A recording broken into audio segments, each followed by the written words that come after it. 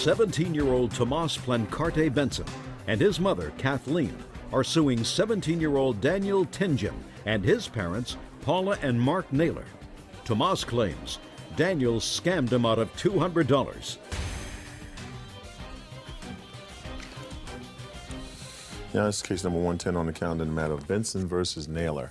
Parties have been sworn in, Judge. You may be seated. Mrs. Benson, this is your son, Mr. and Mrs. Naylor, your son, and it is your claim, Miss Benson, that the defendant's son defrauded your son out of a couple of $100. That's correct. By some sort of scam with your son's ATM card. Mr. and Mrs. Naylor say that this was not a scam by their son, but sort of a thing that both boys did because they wanted some money, and your son is just not prepared to fess up that he was complicit in this little scam. So he's blamed their son. Okay. So why don't the parents sit down for a second, because they weren't there, they don't know what happened. The only two people that know what happened are these two people who were standing in front of me. Your first name is what? Tomas. And yours? Daniel. Daniel, how long have you and Tomas been friends? For a couple of years now. So why don't you tell me, Tomas, your version of what happened and when it happened? All right. This situation all started on January 23rd of this year when I had lent Mr. Tinjin $40 from my own bank account. Where were you when he asked you for the money? I was at home. And where was the money? It was in my bank account. And where was he? At his house, I presume, yeah. Well, how did he contact you, sir? Yeah, he called me. He had called me from his house. And said what? It said he needed $20. The first time. There's two transactions here. One earlier in the evening and then one later. And Look at me, sir. I'm trying to collect myself. I'm very nervous. He called you once and said, I need $20, not 40. It's 40. He asked me for 40 altogether. The first time he said he needed money for... Mr. Benson, you're tripping all over yourself, sir. Look at me. You're tripping all over yourself, Tomas. I'm very sorry. I'm very nervous. Get unnervous, Mr. Benson. It's very hard. Sorry. He called you in your house on Yes. January 23rd and said, I need... $20 first. Okay. And you said... Okay. I didn't ask him what he needed it for. I That's didn't not ask into you. my And then business. what did you do? Did you say, I'll meet you at my bank? Come over, Yeah. I said I'd meet him halfway there. Like, there's a street that we meet at, and then we head to my bank. So you went to your bank on January 23rd and took out $20. Yeah, just $20 first. And you gave it to him? Yeah. Okay. Go ahead. And then he called me later that evening and Just said... a minute. Then he went home and you went home? Yeah. And we went home. Go ahead. And then he called me later that evening saying he needed another $20. And so I said, all right, but that's kind of a lot of money that I'm lending to you. Could you pay me interest on it or something? And he agreed $10 interest, which would make it $50. And that was our agreement. And the way he was going to pay me back was getting a check from his grandma in the amount of $250 later that week. He was supposed to be getting this check. So then we agreed that I would cash this check through my bank. Then afterwards, I waited till for...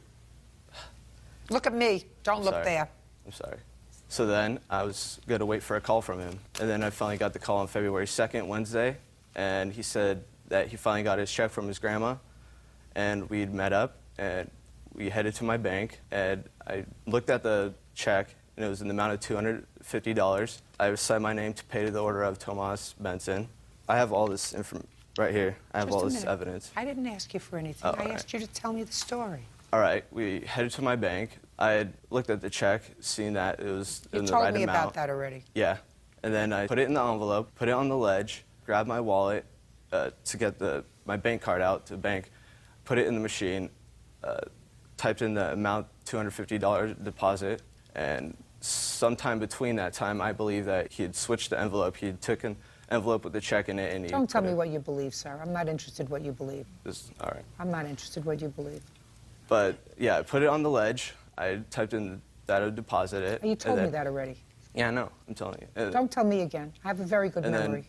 Then I put the envelope into the bank, and then I withdrew $200 from my own account, and I gave it to him then because I thought the $50 was supposed to be mine, and then I'd give him $200 out of my own bank to make it even. And then afterwards, we just parted ways. Subsequently, you advised that they had no envelope, they had no check, they had no nothing, and your bank account became overdrawn. Is that right? No, I had money in my account. Okay, but you were advised then that the account never was credited with $250 in that check. Is that right? Yeah. Okay, good. So you thought that was a big scam. Mr. Benson, after you gave him the $200 in cash, where did you go? Back to my house. Where did he go? I'm not very sure. Okay, go. Let's start with January 23rd with the two $20 bills. That's not true. He never loaned me $20 two times. That's not true at all. I Okay. have statements here. You don't have a bank statement showing that you lent him $20 twice? You have a Oh, bank but I statement have that they withdrew $20? two withdrawals for the amount of $20. So what? He says you never lent him any money. Well, That's I can what he show you says. my bank statements here. They show there's 2 transactions on that day. I believe that there are 2 transactions on that day, sir. Could I But you show have no proof. I believe that there were 2 transactions on January 23rd. There is absolutely nothing to suggest that those 2 transactions had anything to do with him, other than your testimony. Is that right? Is that right? I guess, yes. Good. Go ahead. Okay, on January 27th, when he did pull up the $200, we both split the $200 with that. I was supposed to, in interest, I was supposed to give him $50 later for it. Just a second. You're getting ahead of yourself, Daniel. On the 27th, what happened? Okay, me and Thomas met up. We had an idea. We were going to go deposit a slip with no check in it. We both knew what Just we were a second. doing. On the 27th, you were going to deposit a slip, Yes, just a deposit slip. yes. Whose idea was this? It was both of ours. So you were going to put in just a deposit slip with no check. Yes, Draw out $200, but you would owe him $150. $50 of that was interest. yes, which I would have to pay later. What made you and the defendant get together with this little scheme? Because we wanted money to go out and party that night. What night? That night that we did it, I'm not quite sure what day it was, February 2nd, I guess. Did you go out afterwards? Yes. we The did. 2 of you? Yes. Where did you go? Just to people's houses and stuff Well, what'd you need money for? to buy stuff. Drugs? Go out and party. No, not drugs. What? Alcohol. Did you go to mutual friends' houses? Look at me. Did you go to mutual friends' houses? Yes and no. What do you mean, yes and no? Well, I didn't know some of the people. We went over to somebody else's house I didn't know. We went over to one of my buddy's house that we both knew. What's his name? Josh. Your Honor, I was barred from the premises of Cherry Park Apartments, so I could not go over to Joshua's Why house. were you barred from there? Because of an incident with my brother. No. He got kicked out because they found out that he was dealing Dealing what? drugs. No, I had actually been barred because I had a fight with my older brother who also lived in the apartments. Tomas, if something doesn't make sense, it's usually not true. What is it that doesn't make sense? Your slick story. Judge Judy continues in a moment. I shouldn't be blamed for everything. We did it 50-50. I'm admitting that we both did it and it was wrong, but I don't want to be the only one to blame. Real cases, real people. Judge Judy. 17-year-old Tomas Plancarte Benson says former friend Daniel Tinjin cheated him out of $200. Daniel claims he and Tomas were partners in a bank scam. Now, Daniel, at first when this scam was discovered, what did you tell your parents? They didn't tell me anything about it at first. I just thought that the less they knew, the better, I guess, at the time. I know I did something wrong. I didn't really want to fess up to it at the time, but now I think it's the right time. I shouldn't be blamed for everything. We did it 50-50. I'm admitting that we both did it and it was wrong, but I don't want to be the only one to blame. Okay. And another thing here. Is that a police report? Oh, yes, it is. Can I see it, please? And here's the case suit, which here I'll show you both of them.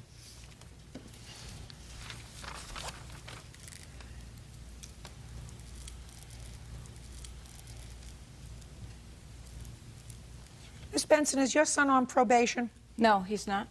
Had he been? No. You hesitated there for a moment. He is going to LifeWorks program that he's going because he had a drug and alcohol problem. When did he start it? Uh, You can stand up now. he started, I think, in January of this year, I believe it was. Miss Benson, when did you find out about this money? Right after the incident happened. Well, tell me about how you found out about it. I had found out because Thomas had gotten a letter in the mail saying that there wasn't a check in the envelope. And so he had come to me and told me he was very furious. And then he had made contact with the bank to find out what happened. He wanted an investigation. So the first you found out about it was when your son came to you Yes. and showed you what? Showed me the letter he'd gotten from the bank. Which is right here. Yeah, I believe that there was nothing in the envelope. And I would have no reason to put a fake deposit slip in there because I had money in the bank already. If I really wanted to party, I could just pull money out of my bank and it'd be no problem. Who handles this account for him? He does. I know. How old was he when you let him start to take care of this money? He started working when he was about 15, and he's really good with his money, very tight-fisted, and that's what I don't understand. Well, he's not so tight-fisted if he was using some of his money for illegal things. That is true. Yeah, that's However, I mean, when this incident happened, there would be no reason for him to put a fake deposit slip in there. If he already had money in there, all he had to do was just go out and pull it out. That's true. And they cut That's the only thing that I find troubling. Stand up. The only thing that I find troubling, quite frankly, is if this was his mother's bank account or one that was a joint bank account, and they had, in fact, defrauded his mother of the money, Right. I could understand he would stick to his story. But this was his money. If he was going to take money out of that account to split to go partying, he can do that. Yeah, we're not denying the whole story. I'm saying the whole thing sounds fishy to me. Well, it does sound fishy to me, but the question that I have to ask myself, why would Mr. Benson get this letter from the bank on February 2nd that says there was no check in this deposit envelope and take it to show his mother? I have no idea. That doesn't make sense. It doesn't make sense to me Because either. if what he wanted to do was take out $200 and go partying with his friend, he would have done that. So why would he do this? I have Can no you idea. think of a reason? Well, we weren't exactly both sober at the time either. We were the influence of alcohol, too. You were. Yes. If you were under the influence of alcohol, why would he make up this story about a check and an envelope? Where had you been drinking? Or we just walking around and stuff around town. We hadn't been drinking. I wasn't drinking at all. Well, first, when this whole thing started, they did come over to our house, and I was in the other room, and my husband was asking Thomas about this check, and he said that there was a check. My husband asked, okay, what was the color of it? Do you remember whose name was on it? What is the extra $50 for? And he said he was charging him $50 for cashing a check. And my husband asked him, why would you charge somebody $50 for cashing a check? If these boys both did something, I didn't have a problem of paying the money back. I just wanted to come down to the bottom of the truth.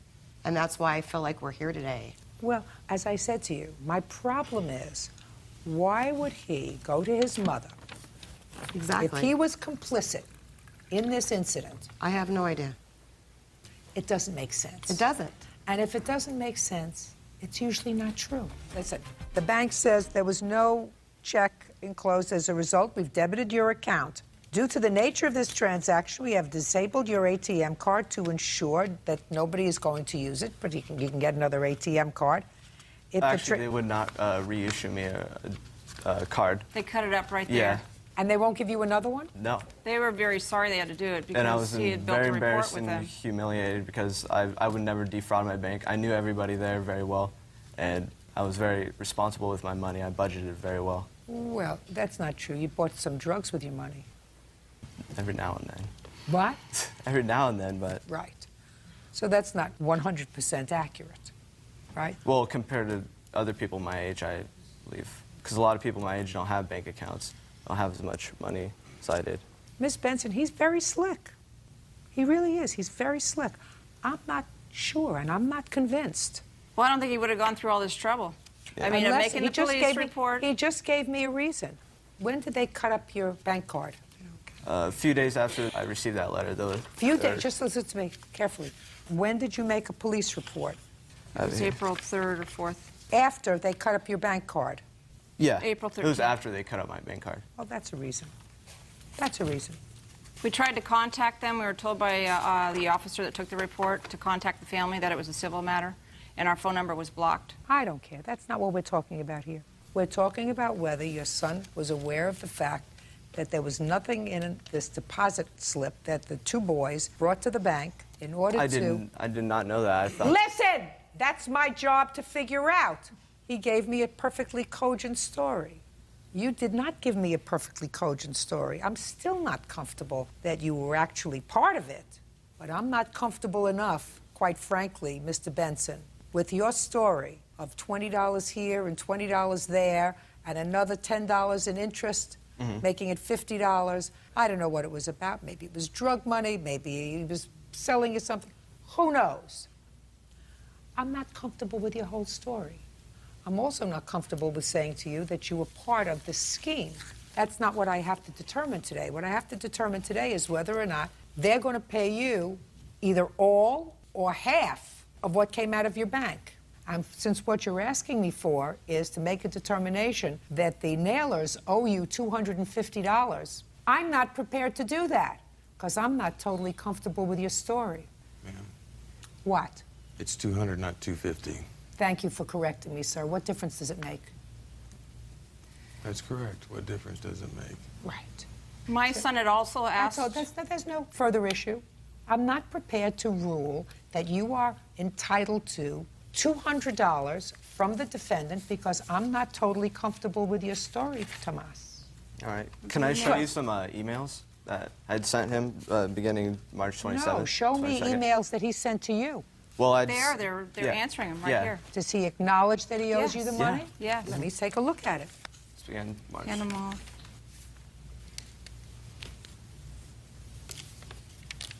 This was on the. Shh.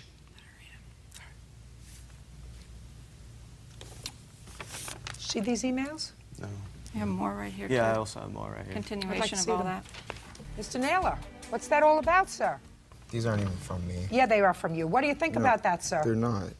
Seriously, they're not from me. Who's Rob's dad? Robert was his next door neighbor. And what kind of work does he do for Rob's dad? Who? I'm sorry, Your who? son. He does. They can do yard work for him. And has he done that in the past? Yes. Yes. That's what it says there. I'm doing work for Rob's dad. Yeah, but I didn't write most of this. Couldn't have made it up. Shh.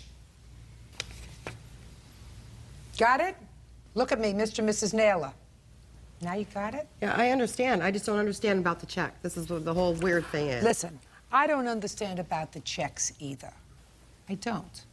And I'm not certain whether Tomas is talking about $100 or $200, because nowhere in there does it say how much you think he owes you, because according to him, he acknowledges he owes you $100, right? Yes. But not $200. No. I asked for another check, actually. Well, why would you ask for another check? If he didn't have a good check the first time, why would he give you a good check the second time from his grandmother? I know. Interesting. And you did write that, Daniel. Not all of it, though. Daniel! Danny, just tell the truth. If you did it wrong. I'm not all of it, though. I'm telling them, but yeah. So you acknowledged you owed him some money, Yes. Yes. and you acknowledged that you had a job and that you were going to get him some money. Yes. The question is 100 or 200. Is that it? It's 100. Judgment for the plaintiff in the amount of $100. That's all. Others are excused. You may step out. 20-year-old Joshua Tenney is suing his ex-girlfriend, 24-year-old Michelle Newen, for opening a PayPal account with his debit card. Michelle claims it was Joshua who opened the account. It's case number 39 on the calendar in the matter of Tenney versus Wynn. Parties have been sworn in, Judge. You may be seated. Mr. Tenney, this used to be your girlfriend. She's not your girlfriend any longer. It is your claim that while you were away for Thanksgiving holiday last year, the defendant used a credit card of yours to open up a PayPal account on the internet. And she charged many items and used your account to purchase many things for herself. So I'm not exactly sure how this PayPal thing works. Okay. So you're going to explain it to me. All right, what you need to open a PayPal account, it's with association with eBay. All you need is an email address, a credit card, debit card, also an address followed with the name. An address. Yes. Were you two living together? Yes. And you had a debit card? Mm-hmm. Was that a joint debit card or just in your name? Just in my name. How many cards did you have? One. Do you just need the number of the card? Yeah, you just need the number. Keep going.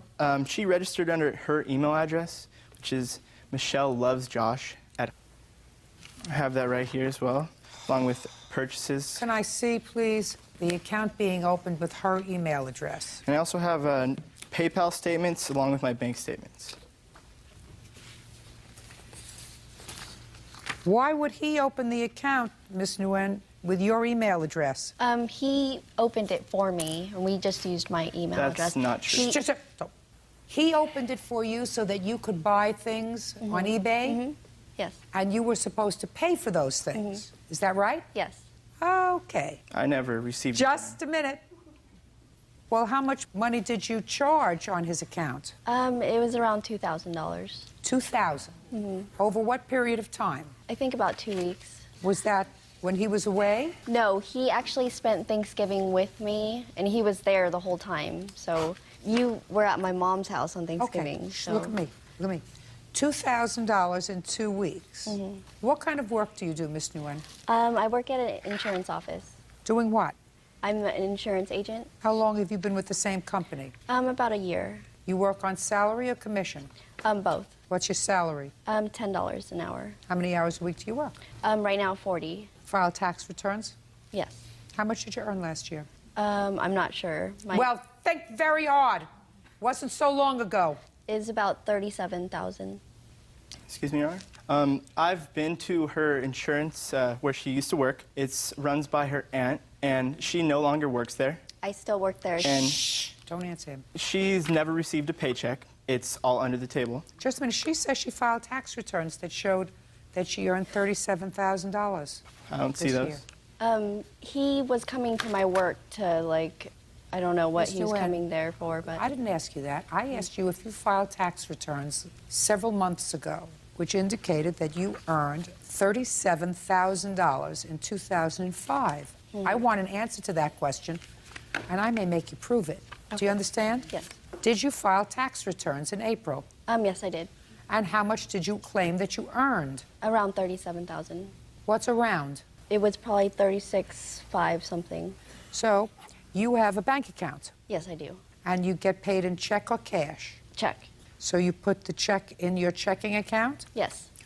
and it is your testimony that around last Thanksgiving, when you made these approximately $2,000 worth of purchases, you paid the plaintiff back for those purchases. No, I was planning to. And then he tried to tell PayPal it was fraudulent, that he had nothing to do with it, and he didn't know about it, even though he did, so that he wouldn't have to pay the money. I'm asking you, why didn't you pay him? I was going to pay him, and I told him that I would help him with his bank account and pay him the money. Miss Nguyen, you bought merchandise. Was it delivered to you? Yes. Why didn't you pay him? I was planning to. But you didn't. But now he's suing you for money. Yeah. I told Listen him, to me carefully. Now he's suing you for money, so why didn't you pay him? I told him I'd give the stuff back, and he... She never said Just a second. You're not giving the stuff back. Why didn't you pay him? You earned $37,000 according to you last year. Why didn't you pay him? He was going to do that fraudulent claim. I didn't ask him what he was going to do. I asked you, why didn't you pay for the stuff that you bought? I told him that I would, So, but is there something you don't understand I about didn't me? have the money at the time. But Why told not? him- You earned $37,000. I don't know. I have rent. I don't and- think that that's funny. I have rent and bills to pay and stuff. Then why did you spend $2,000 on merchandise? It wasn't all for me. Yes, it was all for you. You said you bought $2,000 worth of stuff. Don't go back on it now. He actually took some of the merchandise and sold it. That's not true, Your Honor. Yes, it is. Tell me what you bought. Just clothes and a camera and a cell phone. What kind of camera did you buy? It was a... I have it all in here. It's along with other items that she bought. And the account was actually overdrafted close to $3,000. And I have all the PayPal statements along with the bank So it was statements. $3,000. Is that correct? It was like 29. Well, show me exactly, please. Give me the figure.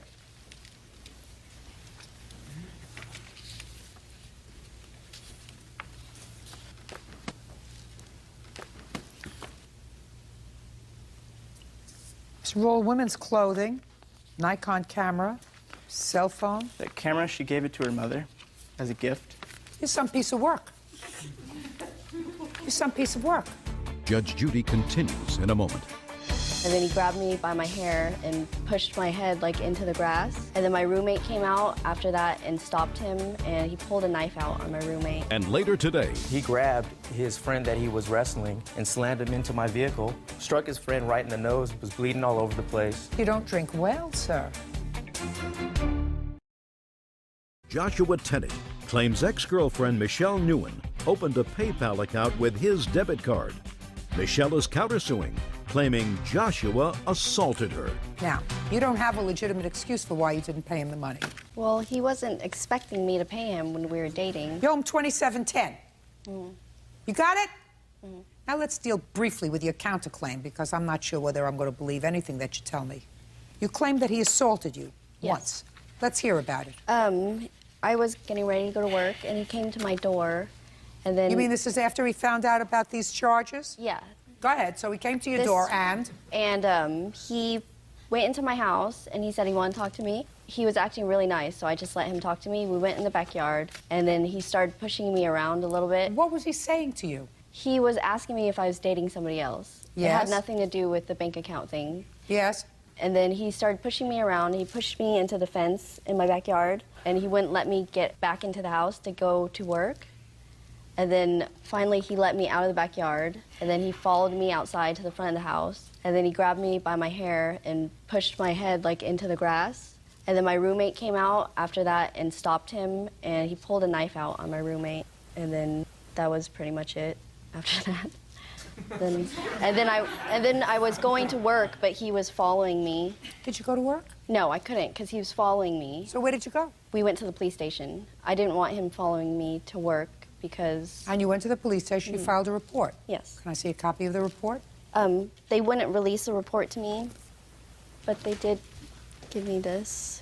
It just has the police report number and the date that it happened. When did you go back to work? About 5 days later, 6 days later. What would you do for 5 days? I just stayed at home, but Why? My boss told me not to come in because... Don't tell me what your boss told you. Why did you stay home? He knows where you live. Yeah, but I felt safer at my house. Why did you feel safer at your house rather than at work where there were other people? Oh, well, it's just me in the office, that's why. There's nobody else in the office? No, my boss comes in for like a couple of hours in the morning and then she'll leave. Is your boss a relative of yours? Yes, she's my aunt. What kind of insurance do you sell?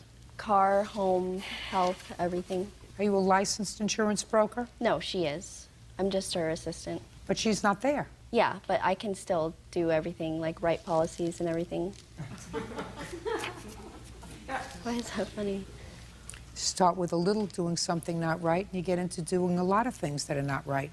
What happened on that date in February, Mr. Tenney? I go over there, try to talk to her because this is when everything started coming out, and I found out that she did all these charges. As you can see, packages showing up to the house, clothes, toys for a kid. I go over there, try to talk to her. She won't talk to me. And she started being very rude and just making comments towards me, saying things that just tipped me over the edge, but I never did assault her. Mr. Tenney, what did you do? Did you push her? No. Did you put your hands on her? No. What did you do? I went over there trying to talk to her. I understand that. But then she was trying to push you over the edge. So Yes. is what you're telling me that you didn't put your hands on her at all? No. Even pulling her arm? No. Okay. When was the first time, Miss Nguyen, that Mr. Tenney told you that he wanted you to pay him for some of this property that you had delivered? He never told me that he wanted me to pay him until we broke up. My question to you is, when for the first time did he tell you that he wanted you to pay him back for this problem? Around Valentine's Day. February. February. No, after Valentine's Day. After February. We weren't seeing each other then. Shh. Don't speak. After February 14th. How much after February 14th? I think after, maybe a few days after. February 18th. And what did he say to you when he told you he wanted you to pay for some of this stuff? He didn't ask me to pay for anything until after I tried to break up with him. You were already breaking up with him. This happened on February 24th. We were broken up, but we were kind of like on a break type of breaking up. He thought he still had a chance with me. That's why he Judgment for the plaintiff for the amount of $2,710. Ms. Nguyen, I am not persuaded that you suffered any injury or that you suffered from any harassment at the plaintiff's hands. I believe that he was frustrated. That doesn't give him the right to assault you, but I don't believe he did that. No. I don't believe, madam, that the police would allow you to leave the police station without taking photographs of injuries, without filing a police report, which they did not do, without arresting the defendant, if they believed any of your story that there was an assault that took place on the 24th of February. Were you ever arrested, sir? No, no charges. Thank you very much. pressed. Your counterclaim's dismissed. Parties are excused. You may step out. I think they were gifts. She led me on. Probably revenge. Gold digger, straight up. And now the next case. All parties in the matter of Joza versus Witzel. Step forward, please. 26-year-old Laura Joza is suing bar patron 22-year-old Jason Witzel for the cost to fix her car. Laura claims Jason body slammed his friend into the vehicle. Ms. Joza, the defendant, you believe, damaged your car while he was drunk in a parking lot of a bar. Your car at that time had been driven to work by your boyfriend. Is this the boyfriend? Right. You were not present when this happened. I was not. Were you present? Yes, I was. Step up, please. On what date did this incident happen with her car? This was 1 o'clock in the morning on March 4th. What's the name of the bar where you work? It's called Little Pedro's. It's What do you on, do there? I work the front door, and my car was basically parked about 20 feet away from me. Her car. Or we live together. It's our car. It's registered just in my name, but our car. It's titled in your name, It is. and you are not married. Well, We've been living together 7 years, kind of. I don't know if that So- makes it Doesn't make it. no. Well, by my standards, but yeah, anyway. Go ahead. Doesn't make it. So it's your car. my car. Well, basically what happened, he came out of the club, and as he came out, I can kind of tell him and his friends were a little riled up. I guess having a good time, but a little agitated for some reason. They walked down the way, and they actually were right in the side of my car. And all of a sudden, they just escalated into them wrestling each other. And at that moment, when I seen them wrestling, I was starting to walk over there. And as soon as I started going out of the door to go over there, he grabbed his friend that he was wrestling and slammed him into my vehicle. So I ran over there. As I was grabbing him, he swung, missed me, struck his friend right in the nose, was bleeding all over the place. And then I told him, you know, they're not coming into the club, that they're done. You guys definitely are over it. But about 10, 15 minutes later, I guess I was so adrenaline rushed at the time, I didn't notice that my car was damaged. And I looked, and I could see it in the light reflecting off the side of the vehicle that it was damaged right where they fell into it. So then I looked Well, they around. didn't fall into it. According to you, Mr. Witzel body slammed his He basically friend into he the slammed car. his friend into the car, and his friend fell with his back onto the vehicle, and they both collided into the car with both of their force. Got it. Okay. And then what happened after that, he said he was going to be compliant with it. We filled out an incident report from the club that he signed, stating what happened, you know, what time, and Can all I this. see it, please? Sure. We also have pictures of the damage if you'd like that. I would. Also have the insurance information that he gave us. That was actually another kind of a weird thing about this case. He gave us an insurance card that he stated that it was his insurance, but it was actually just his AAA service. He can't have insurance for this. Yeah, I know, They but don't give that's... insurance for this. This incident report indicates that Jason, that would be you, is that right? Was so drunk he couldn't even write his name or number. So, let me hear you. Well, I was already kind of kicked out of the bar because I had too much to drink. Yeah. And I was sitting outside waiting for my friends. Yeah. And there was probably maybe like 50 to 60 people outside. Yeah. And where he was, from where his car was, he couldn't have seen what happened. How do you know what he saw, sir? You were drunk. Because he was standing inside of the door. I was not. It should just don't speak. I mean, I did walk into the place. I saw where he was when he was, you know, taking IDs Jason. and whatnot. Two things. There is a signed acknowledgement of responsibility Right.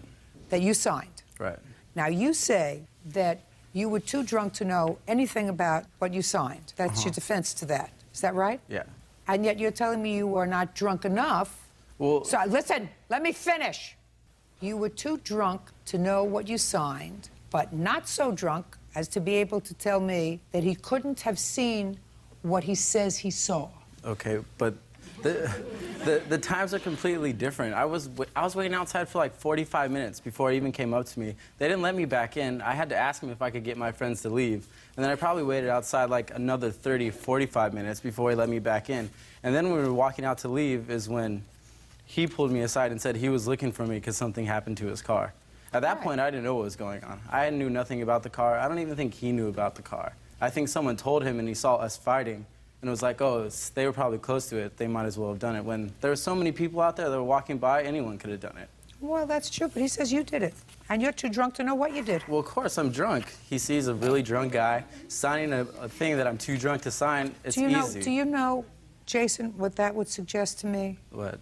That a good life's lesson is, if you're going to drink, don't drink too much. Because if you drink too much, you really can't tell what kind of dumb thing you might do, or you can't really defend yourself when somebody says that you did something that you say you didn't do. Do you follow that? Yeah, I follow that. So that would be a good lesson, because you don't drink well, sir. Well, maybe it was a long night of drinking. Was there any reason for that? I don't know. You start off with a few, and then, I don't know, you end up having more than you expected. That sounds stupid. At the time, I guess it didn't. But it does sound stupid, doesn't it? Yeah, it sounds Because now stupid. you're going to have to fix her car. What kind of car is it? It's a 2005 Cadillac CTS, so it's a expensive car which is in pristine condition. It's not like I had something on it before, or, you know, it's a perfect car. I have a question, too, for him. Since he says now that, you know, he didn't do it, it could have been anybody. So since we had contact with him days afterward, and everything was fine, oh, yeah, we'll take care of it. Take it to my place over here. Those days you were sober, so that doesn't make any sense that, oh, you were too drunk at that, you know, that day. But then days afterward, you didn't say you didn't do it. This is the first that we hear that it could have been 50 or 60 people that did it. But it could have, he told me it was his car, now all of a sudden it's her car. That doesn't matter. Just a second. What difference does that make to you? All right, after the whole incident, it got kind of fishy, you know? He called me like... Listen, I don't want to hear you anymore. Okay. Quite frankly, when a 22-year-old gets so drunk that they don't know what they're doing, makes me nauseous. I want to gag. My gag reflex is that you owe her $500. Judgment for the plaintiff. All right. That's all. Thank you. Parties are excused. You may step out. 23-year-old Nicole Hendershot is suing her ex-boyfriend, 21-year-old Kevin Gleason, for unauthorized use of her credit card and unpaid loans. Order. All rise. This is case number 15 on the calendar in the matter of Hendershot versus Gleason. Parties have been sworn in, Judge. You may be seated. Thanks, Bert. You're welcome. All right, Miss Hendershot, this used to be your boyfriend. And your complaint is that you made 2 loans to him. One was by giving him your credit card and allowing him to make some purchases on it. And then, since he wasn't paying you back, that you would get your money back as if he had a new job. And a new job needed new clothes. So he asked if you would loan him the money for some new clothes. You bought him $3,000 worth of clothes, and he paid you back nada. That's not the outfit she bought you, right? Yes, it is. Yes, it is. Yes, it is. It's not GQ. Kind of early gangster. Mr. Gleason says that you were very, very nice to him, and all of the things that he purchased were gifts. How old are you, Miss Hendershot? 23. Do you work? Yep, full time. What kind of job do you have? Inventory manager at a car dealership. You've been there for how long? A year and a couple months. How much do you earn annually? Probably about $32,000. Nice. You live by yourself. I live with family. You pay rent. No, What do you mean you live with a family? I live with my grandparents. Oh, so you don't pay rent. I don't pay rent. Eventually, you're going to have to do that. You know, it's part of the growing up course. process, you know. It's expensive They in made New a York. movie about that. Failure to launch. We got to launch one day. And what about you, Mr. Gleason? What do you do for a living, sir? Right now, I just signed up for the National Guard, Army National. How old are you? 21. Signed up for the National Guard. Yes, ma'am. Before you signed up for the National Guard, what were you doing to support yourself? Nothing, really. Who do you live with? I live with my grandmother. What does she do for a living? She used to housekeep. And what does she do now? She gets a pension, I do believe, from a past job that she had. So she gets a small pension and she was doing housework. Yes, ma'am. And you were just laying home and eating food, doing what, Mr. Gleason?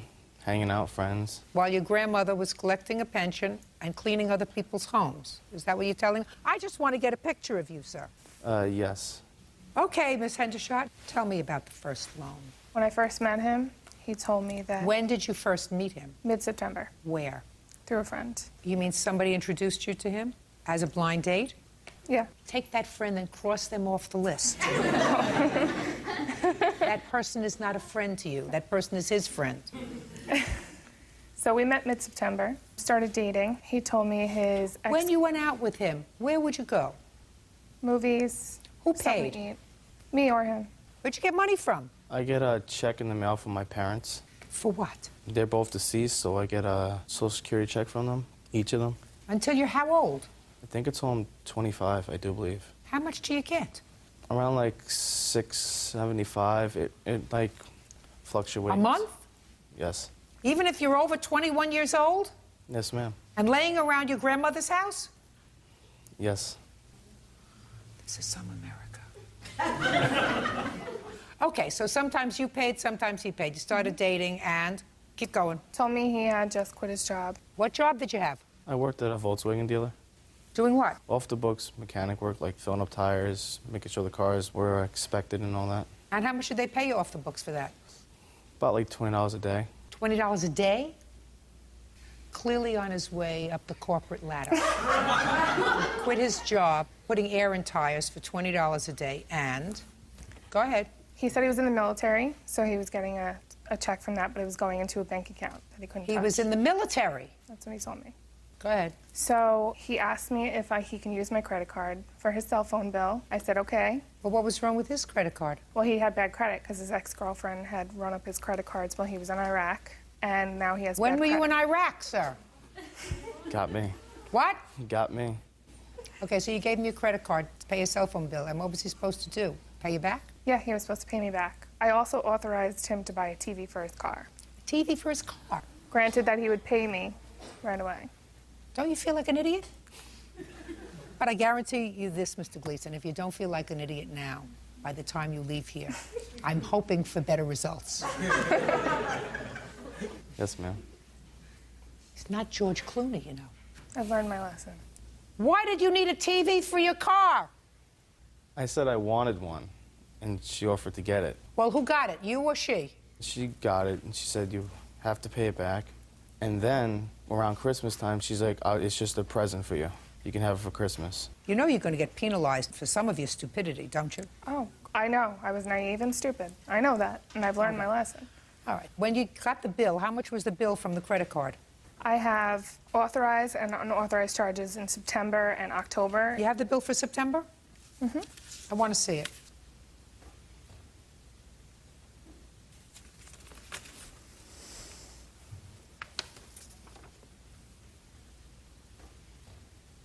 Okay. Now let me see October's statement.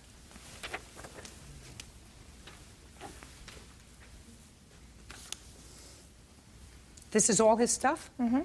All of his stuff? Mm-hmm. What are you, out of your mind? What are you, out of your mind? I guess so. No, you're not. You're just a spoiled brat. Paid your credit card bill, paid your Sprint bill, you went to the drugstore, you filled up your car with gas, bought yourself a pair of shoes. Tiffany and Company? He bought me my promise ring on my credit card.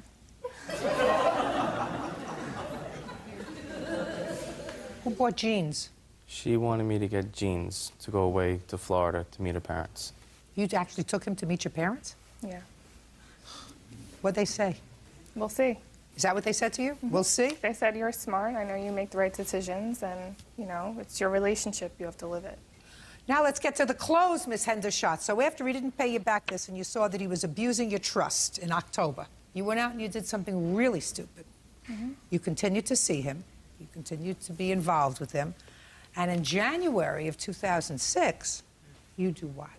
I bought him suits for his new job. He was a salesman, so he needed suits. So I offered to buy him. He agreed. We went to the store, and we bought them together.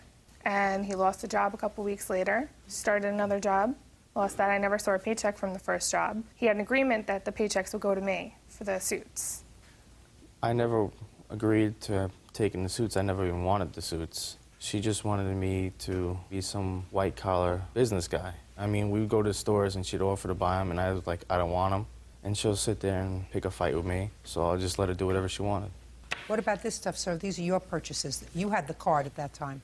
The shoes are not my purchases, and only one guess is mine. Take this over, please, Bird, to Mr. Gleason. Have him look at that and tell me what he acknowledges. You see, Mr. Gleason, listen to me very carefully, sir. It's clear to me that there was only one card, and that one card, I believe, was in your possession. Now, understanding that, you may go through that bill and tell me what's not yours, but be prepared to be grilled, Mr. Gleason. Grilled, sautéed, and poached. Judge Judy continues in a moment. You're a user. You're using the federal government to support yourself. You're taking advantage of your grandmother, and you took advantage of this young lady. You are, Mr. Gleason, at this point in your life, a bum. And later today, Am I scaring you? Am I scaring you? No. That's too bad. I must try harder. Nicole Hendershot claims ex-boyfriend Kevin Gleason racked up over $6,000 on her credit card. All right. The things that you circled are yours or not yours? Not mine. The thing that I checked is the one that she wanted me to go down to Florida with, the jeans. And She can't wear your jeans, sir. What your statement is that these were all gifts. Is that right? Yes, ma'am. Wrong. Did you tell him that the TV for his car was a gift Christmas time? No. I said I'm going to pay it off since you don't have the money right now, but when you get a job, I'd like the money, because I didn't want it on my credit card balance. Well, you can't have it on your credit card, otherwise you'll have credit like he did when he went to Iraq and his girlfriend racked up all those charges. She didn't make that up, did she? That you told her you had a girlfriend and that... My ex did rack up my credit card. When you were in Iraq? Huh? No. So you lied about that? Yes. When you lied to her about that, did you lie to her convincingly? Kind of, because she wanted an image. No, don't tell me what she wanted. I want you to tell me like you told her, just like you told her. I was in Iraq and my girlfriend maxed out my credit cards and so I have lousy credit. I want you to tell me exactly how you told that to her. I said when I was... Look at me. Like, because you looked at her in the eye, right? Kind of. Tell me what you said to her, just like I'm looking at you. I said to her, my ex-girlfriend racked up my credit card while I was away in Iraq. Did you tell her how you paid off the credit cards? Oh, I still have them going on dispute. Why do you have them going on dispute? Because she took my credit card without my permission. I gave it to her one time to use to help her pay off her credit card. Yes. And then she took my credit card without me, like, physically handing it to her. Right. And then I started getting bills in the mail. How'd you feel about that? I mean, it hurt, but... How badly did it hurt? 50%, I guess. 50%. If you had 100% of a brain, it probably would have hurt you 100%. Since you only have 50% of a brain, it only hurt you 50%. Now, when you got the first bill, did you confront your girlfriend? At the time, I tried to confront her, but she kept hanging up. Did you sue her? No. Did you call the police? I filed a report on it. You did? So you were really angry? Yes, ma'am. Because somebody took advantage of you? Yes, ma'am. Somebody took your credit card, somebody who you trusted, your girlfriend, and racked up a whole bunch of bills and ruined your young credit, right? Yes, ma'am. So what'd you feel? You had the right to do it to somebody else? No. Figure if a girl can do it to a guy can do it to a girl. Yes. Mr. Gleason, if I were your grandmother, your bag would be packed on the front porch by the time I got home. It's time you grew up, because you're a user. You're using the federal government to support yourself when there's no reason for it. You look like an able-bodied, strong, well-nourished 21-year-old. You're taking advantage of your grandmother, who's living on a small pension and cleaning other people's houses to take care of you. And you took advantage of this young lady who cared for you, wanted only the best for you. You are, Mr. Gleason, at this point in your life, a bum. The sooner you start correcting it, the sooner you're going to be not a bum. Do you understand? Yes, ma'am. Judge for the plaintiff in the amount of $5,000. That's all. Parties are excused. You may step out. He used me to make himself happy. I was hurt pretty badly about what my ex did to me, so I thought maybe if I did it to somebody else, they'll learn or I'll learn. I guess I learned. I think he got what he deserved, and hopefully I'll make the right decisions next time. And now the next case. All parties in the matter of Mellinger versus Scott. Step forward, please. Terry Mellinger is suing her son's former friend, 20-year-old Kenny Scott, for a loan for a motel room. Is this your son? Yes, ma'am. How many children do you have? Just the one, sir, ma'am. Doesn't he have long pants? He does, Your Honor, but he just flew in from Tucson where he's working out in the field and he's staying in a motel, so he has limited access to clothes other than his work clothes. Could you bring him a pair of long pants? But I just... I mean, he's not going to the beach. I know, and I apologize. Okay. I just wasn't thinking. Ms. Mellinger, this is your complaint. Mr. Scott is a friend of your son's. Are you wearing long pants? Yes, I am, Your Honor. According to your complaint, the two of them went off oil drilling something, got a job someplace, Correct. and they were rooming together. And according to you, you made a loan to Mr. Scott in the amount of $500 because he was short on cash. Stand up on your own 2 feet with your long pants, Mr. Scott. Mr. Scott says that you sent money, but you sent money at your son's request to your son. There was never an agreement by him to pay you back. That's your defense. Yes, Your Honor. This is your mother? Yes, this is my mom, Charlotte. Okay. Where did you go to work, Mr. Scott? Well, at the time, we were stationed in Nevada, and then the following hitch, we were supposed to go down to Tucson. And where is your home? I live in Spokane, Washington. How old are you? 20. Were you paying your own way when you went to do this oil drilling? Yes, I was. You paid your own rent? Not at home, no. I'm talking about when you lived with him, when you were working. You were living together, correct, in a motel? Correct. Who was paying the bill? He was. Why? Because I was unemployed before that, and we agreed that we would split the motel costs after I got paid, and I hadn't got paid until 2.5 weeks into the hitch. Okay, and once you got paid, did you give him back the money? No. Why? Well, because Mrs. Mellinger had came to me saying that she wired Dustin some money and that I was supposed to have been given it, so I owed her the $500, and I started to make payments, and... Am I scaring you? Am I scaring you? No. That's too bad. I must try harder. Now, you went to live with Dustin and you had an agreement, and your agreement with Dustin was, quite reasonably, that you would go to this place where you could both work and make a good living, make some money, and that you would split the room. But you didn't have any money. Right. So what Dustin does is he calls his mother and says, Mom, Kenny doesn't have any money. So I'm going to need some money to tide us over. We talked about this agreement before we even left town. I said, I'm going to be broke. I'm going to not have any food. I'm going to need some help. And? He didn't help me with food or anything. He just paid for the hotel room, gave me a place to sleep. Who paid the rest of the money? Your mother? My mom had wired me some money for How food. much did your mother wire you? No, don't look at her. I'm asking you, how much did your mother wire you? $200. About $200. And I'm sure your mother has proof of that, right? Yes. Right? I Western Union the money and tried to get the receipt from them, and we didn't have time to get that. Baloney. How much was the motel room? Well, the first one we stayed at was a little higher price. How much was the hotel room? It's about $25 a night. And how many nights were you there? The first one we were there maybe about 4 or 5, and then we switched over because that hotel was run down. Stand up. No, I can't stand to look at your knees. Over here. $25 a night. What was the second room? Second room was the same. $25 a night, 25. And how many nights in total were you there? The second room? Both rooms. Both rooms. Dustin? Okay. The first hotel was about 5 days, and the second hotel about 21 days in the second hotel, something like that. So you worked a total of 26 days? Yes. $650 plus tax, right? So it probably comes to close to $800. Did you, in fact, give Dustin back $400?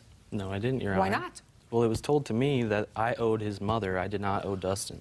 You owed somebody for half the motel room. I realized that. So my question is, why didn't you pay it to either Dustin or his mother? I started to pay it to his mother. You did? She agreed that $100 a month would work, and I gave her $100 good. cash. Right. And next thing I knew, I had a letter in the mail saying we're going to court. Did he give you $100 in cash? Yes, ma'am. He did give me $100 in cash. Did you write 2 checks to Mrs. Mellinger Yes, I did. on an account that didn't have any money? Yes, Your Honor. Don't encourage him. When you have a debt in this world, you're supposed to repay it. You're not supposed to take money from strangers and then make them enemies by not paying them back. Do you understand? Yes, I do. The quickest way to lose a friend is to loan them money. I want you to remember that forever. I will. If you're a good guy and you lend somebody money, you lend a friend money, there's only one thing that I know for certain. You're going to lose that friend and you're going to be the bad guy. That's a lesson your mother should have learned a long time ago. Your Honor, I've told Dustin that time and time again, but I am the guilty one here. Well, you're the guilty one. I Because didn't here's do a what I young man normally do. who has a mother. If he needed money, he should have called his mother. Right. Judgment for the plaintiff in the amount of $400. That's all. Parties are excused. You may step out. Bisha Buxton is suing PR firm owner Juliet Mary for falsely accusing her of an assault.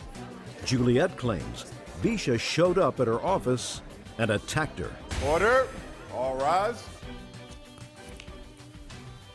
Now, this is case number 16 on the calendar in the matter of Buxton versus Mary. Thank you. You're welcome, Judge. Parties have been sworn in. You may be seated. Miss Buxton, from what I gather in your complaint, you were starting a business that involved making some purses and making clothes. You met the defendant and decided to retain her firm to do some PR work to get your company off the ground. You retained her for 2 or 3 months, you paid her several $1,000s, and you weren't really too happy with the results, except that at some point towards the end of that 3-month period or into the 4th month, she did get a spot for your products on the radio. Now, I don't know how that works because there's something you have to visualize, but assuming that they were going to talk about how beautiful your purses were. And you were supposed to get some of your product down to her office in order to do this PR event. You were angry because the defendant said, listen, you sent them down by Greyhound. We don't have anybody to go and get them. You should have sent them by UPS, FedEx, so that they came directly to our office or to the radio station. You got angry. You got on a plane, and you came down to her office. Okay, so tell me what happened when you came to her place of business. We had an argument in terms of me stating I would like to get a check, a refund, for this full month of services that you're not going to be my publicist, which was from October the 8th to November the 7th. So you went down there to get a refund. You were angry. So what happened? I went into her office. The only thing I said was, when can you cut me a check? She actually told me she could not. I said, when can you cut me a check? She told me she couldn't. As we actually went back and forth, we both started raising our voices. She was screaming loud, telling me to shut up and sit down. I told her, when can you cut me a check? She said, I can't do anything. My attorney's not in the office. I said, well, can you give me something in writing? She said, no, I'm not giving you anything in writing. And again, arguing back and forth, when can you cut me a check? She said she would not. After I seen she wouldn't give me anything in writing, wouldn't give me a refund, I decided to ask her to give me my things. She went in and out of doors, slamming doors, picking up garments, came back, dropped my things on the ground inside a box, said, here you go. I said, that is not all. She said, yes, this is the only thing I have here in the office, and I left. And how much had you paid her? $2,125. Did you have a written contract for that period? No, we did not. Why not? You had a contract for the previous 3 months. I just never signed the actual contract. I have a copy of it. It's not signed. I'd like to see it. Sure.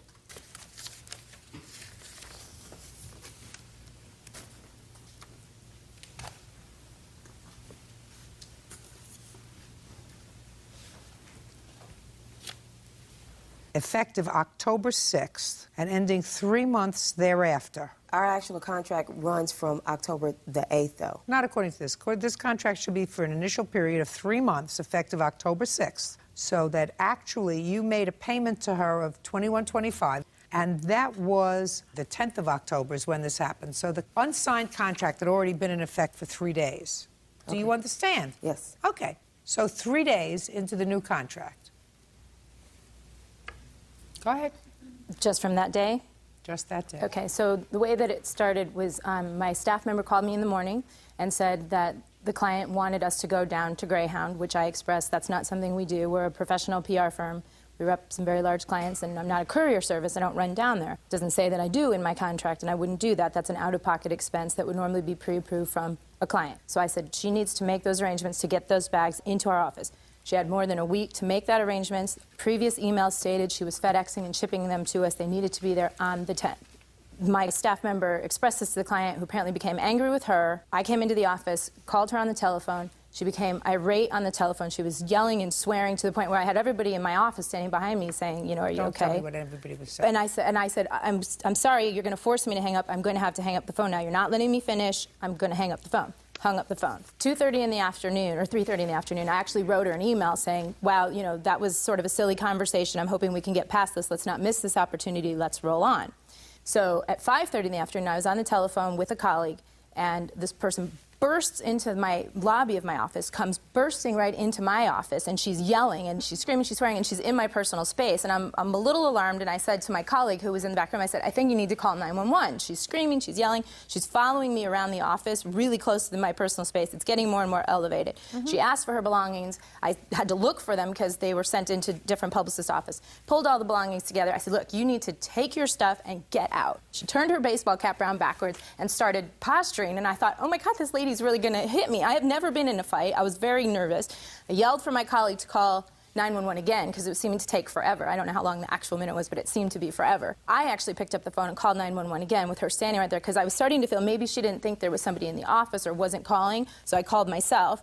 They said they were on their way. I called my fiance. I said, I need you to get over here. I'm just terrified right now. I told her, I said, look, you need to sit in the lobby and wait for the police. I'm going to go in my office. I turned to go into my office, and as I shut the door, she kicked and pushed the door, causing me to fall down over some boxes behind. I jammed my wrist and was very startled. And I think at that point she probably realized she'd maybe gone too far, and she just walked out of the office. And we ran and locked the door and waited for the police. And I was shaking, I was terrified, and for weeks afterwards, we kept the door locked. I have mostly females in my office. I kept the door locked. I was afraid checking. It's not funny. It's not funny. It's funny because she's not telling the truth. Well, let me tell you something. You were angry enough to get on a plane. All the while that you were on the plane, which was how long? 1 hour. 1 hour, you were steaming. And I would say that you probably behaved very inappropriately when you got there. That would be an understatement. Okay.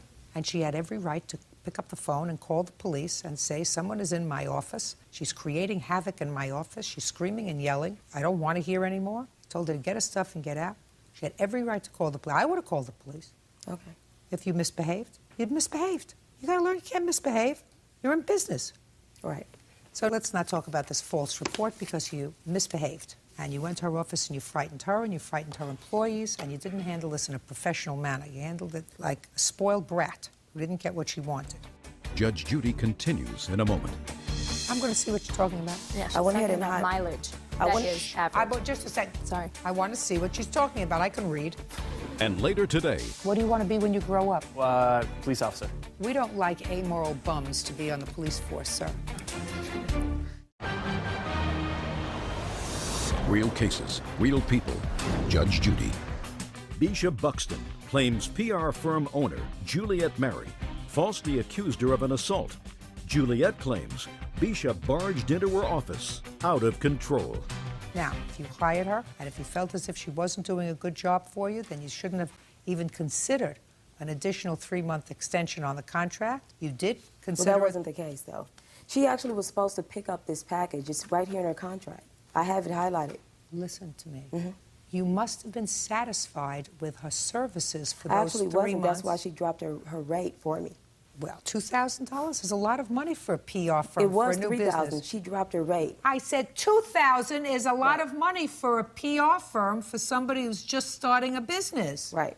That's a lot of money. You paid it, and you paid her $3,000 a month for the 3 months immediately preceding that. Correct. So it's clear to me that you look like somebody who is sharp enough not to have extended this contract for an additional month, even at a reduced rate, if you weren't satisfied with her first 3 months' worth of representation. Well, the only reason I did is because she brought about 3 opportunities as our actual contract was ending.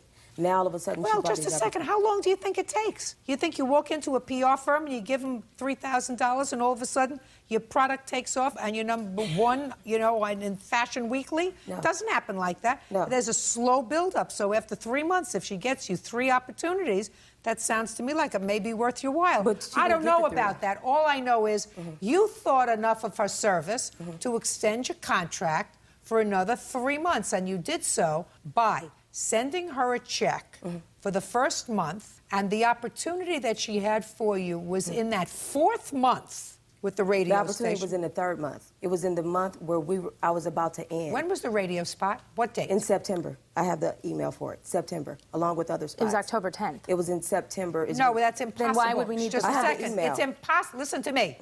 Miss Buxton, when did you send the pocketbooks down? When did you ship them? October 10th. She told me about So the listen. opportunity.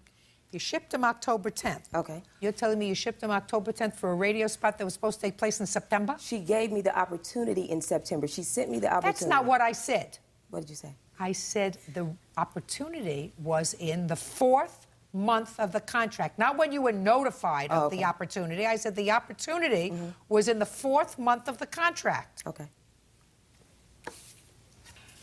Anything else you want to tell me? Yes.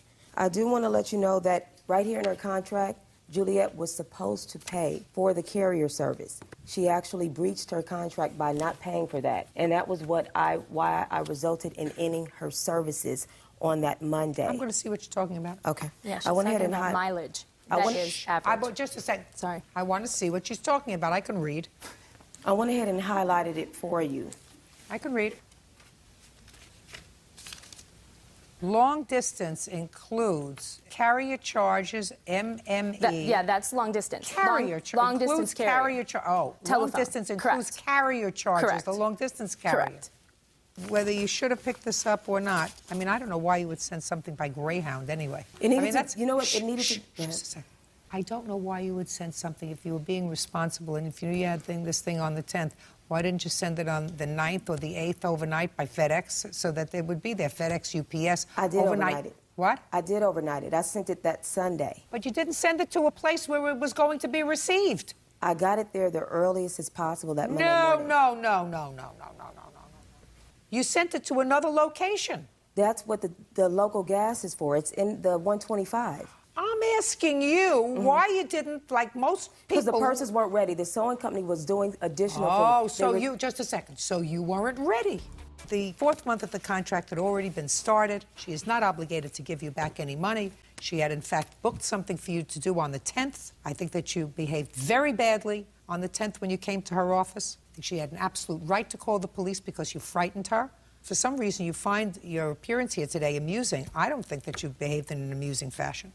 You didn't It's behave... not. It's her story that You she's didn't telling. behave professionally. No, it's common sense. It's common sense that you were stewing, that you were fuming when you got on that plane and came down to her office for an hour. You were stewing that hour on the plane. You didn't walk into her office in a professional manner. You walked into her office loaded for bear. And because she didn't cut you a check at that point, there was a lot of yelling, a lot of bad language, a lot of slamming doors. It was not a pretty picture. And it was something that should have been handled far more professionally by you, not by her. If you're going to be in business, you have to handle things professionally. She actually was screaming and yelling and cussing. She didn't come to your house. She didn't come. Listen to me. She hung up in my face, though. She didn't hang up in your face, madam. She hung up on you because you were screaming. She was screaming as well, though. Miss Buxton. Okay. If you want to have a business and you want to be a successful business person, you got to learn to control your temper.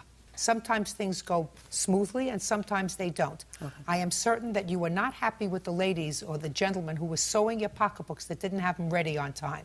That be a fair statement? Probably so, but it was on time. I have an email stated, as long as I got the bags in there by the 10th of October. Where, into the Greyhound bus terminal? That is correct.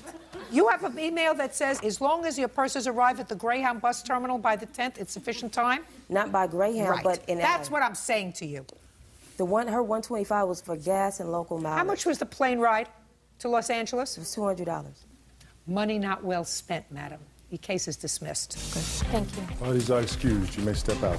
I actually went in there, she argued, she yelled, shut up and sit down. The really pathetic thing about it is had the attack not happened, I probably would have tried to work something out with her. And then she made a false police report and a false restraining order. But then her coming after me and battering me and having to get a restraining order and the trouble it concerned. That was absolutely inappropriate. She hung up in my face. She should have never done it. Yeah, I can honestly say that's the first time that I was almost in a chick fight.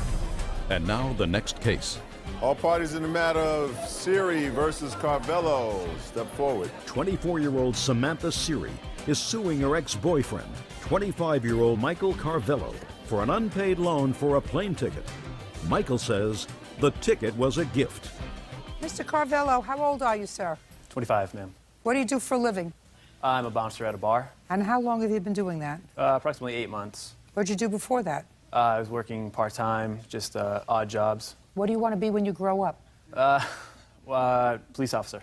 What are you doing in order to train yourself for that? Just taking classes right now, going through schooling, extra schooling. What extra schooling? Don't play with me. What extra schooling? You need a bachelor's degree or an associate's degree? You don't need neither for... So what classes are you taking? Just side criminal justice type classes. Where? Community college. What courses are you currently taking? Administration of justice. Yes. And law classes. How many classes are you taking? 2. Administration of justice. Yes, ma'am. What else? Introduction to law. Okay. You met the plaintiff. According to you, she made a gift to you of a plane ticket. Correct. She says it was a loan. She wants her money. When did you meet her, Mr. Carvello? I believe it was late October, early November. And what did you need a plane ticket for? The plane ticket was for a trip to Phoenix, Arizona. For what?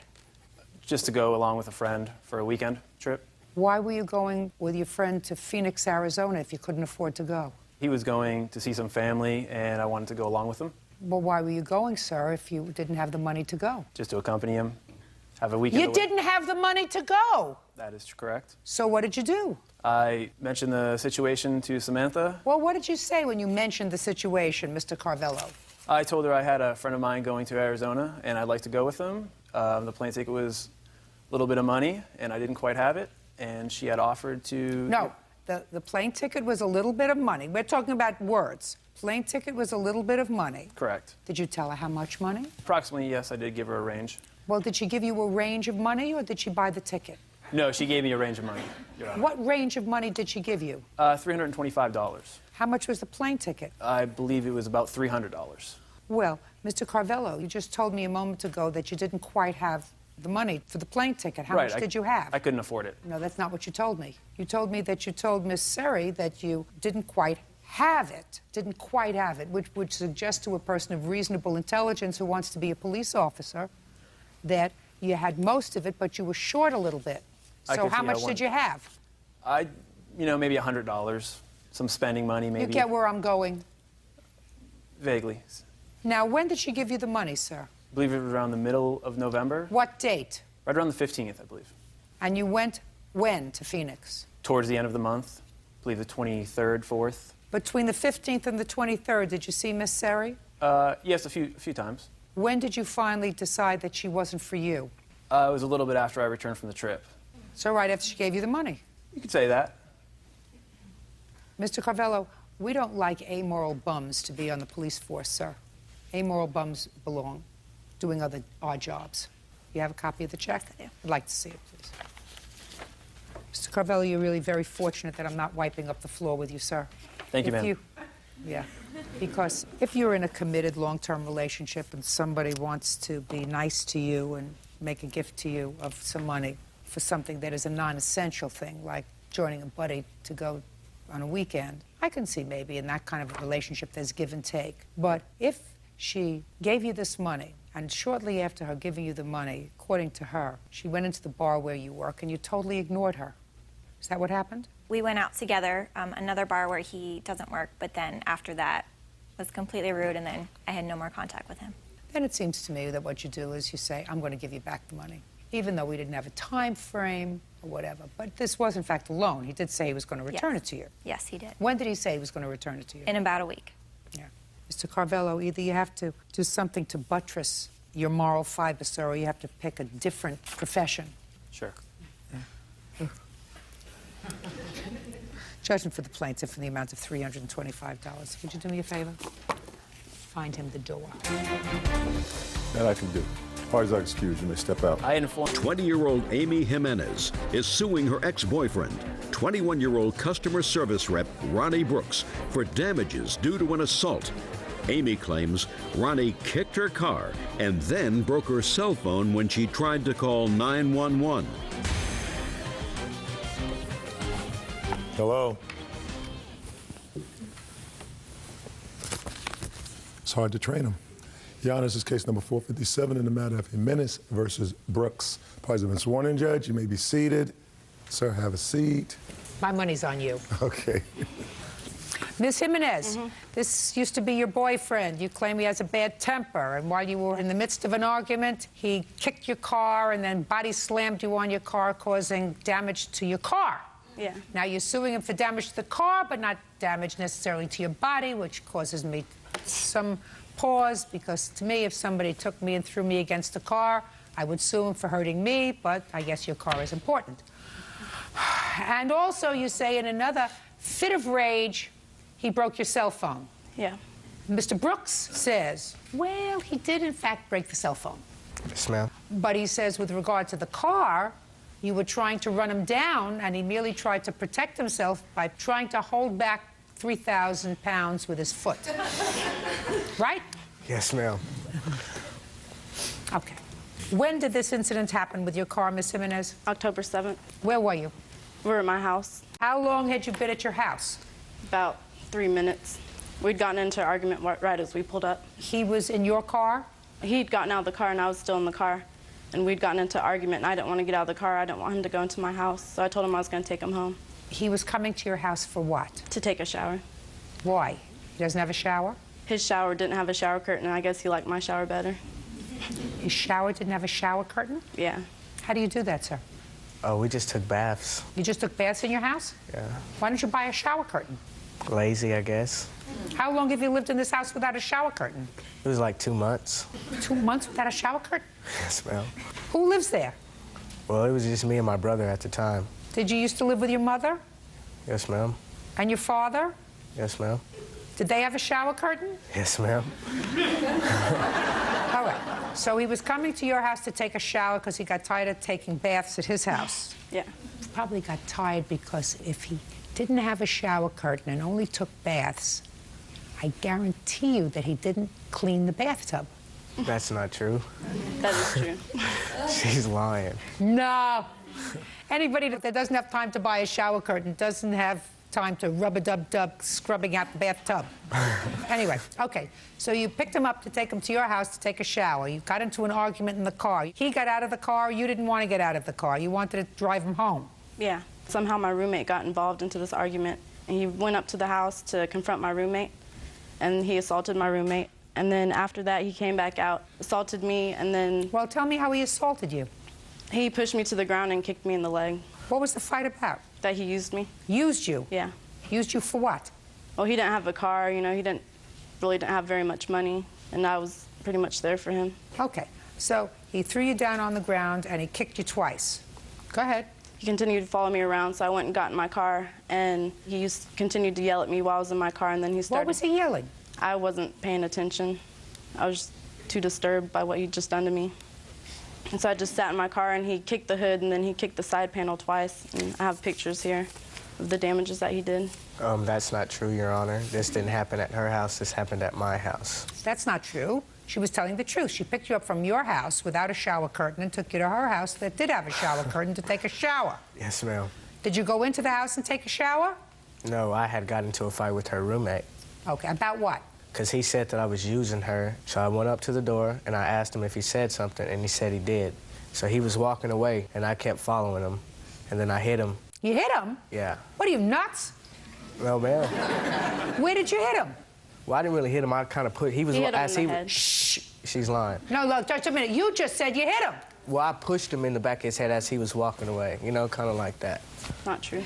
Yeah, it is. And after that, we went into the backyard. We argued for a minute. Who argued? Me and him. Well, I certainly would argue with you. I'd probably call the police. And then you got back into the car? And she took me home. So what happened when you got home? Well, we got home. We were going to go out that night. I said I didn't want to go to the club. She wanted to go, so she got mad. She was in her brother's car at the time. She thought I stole her keys.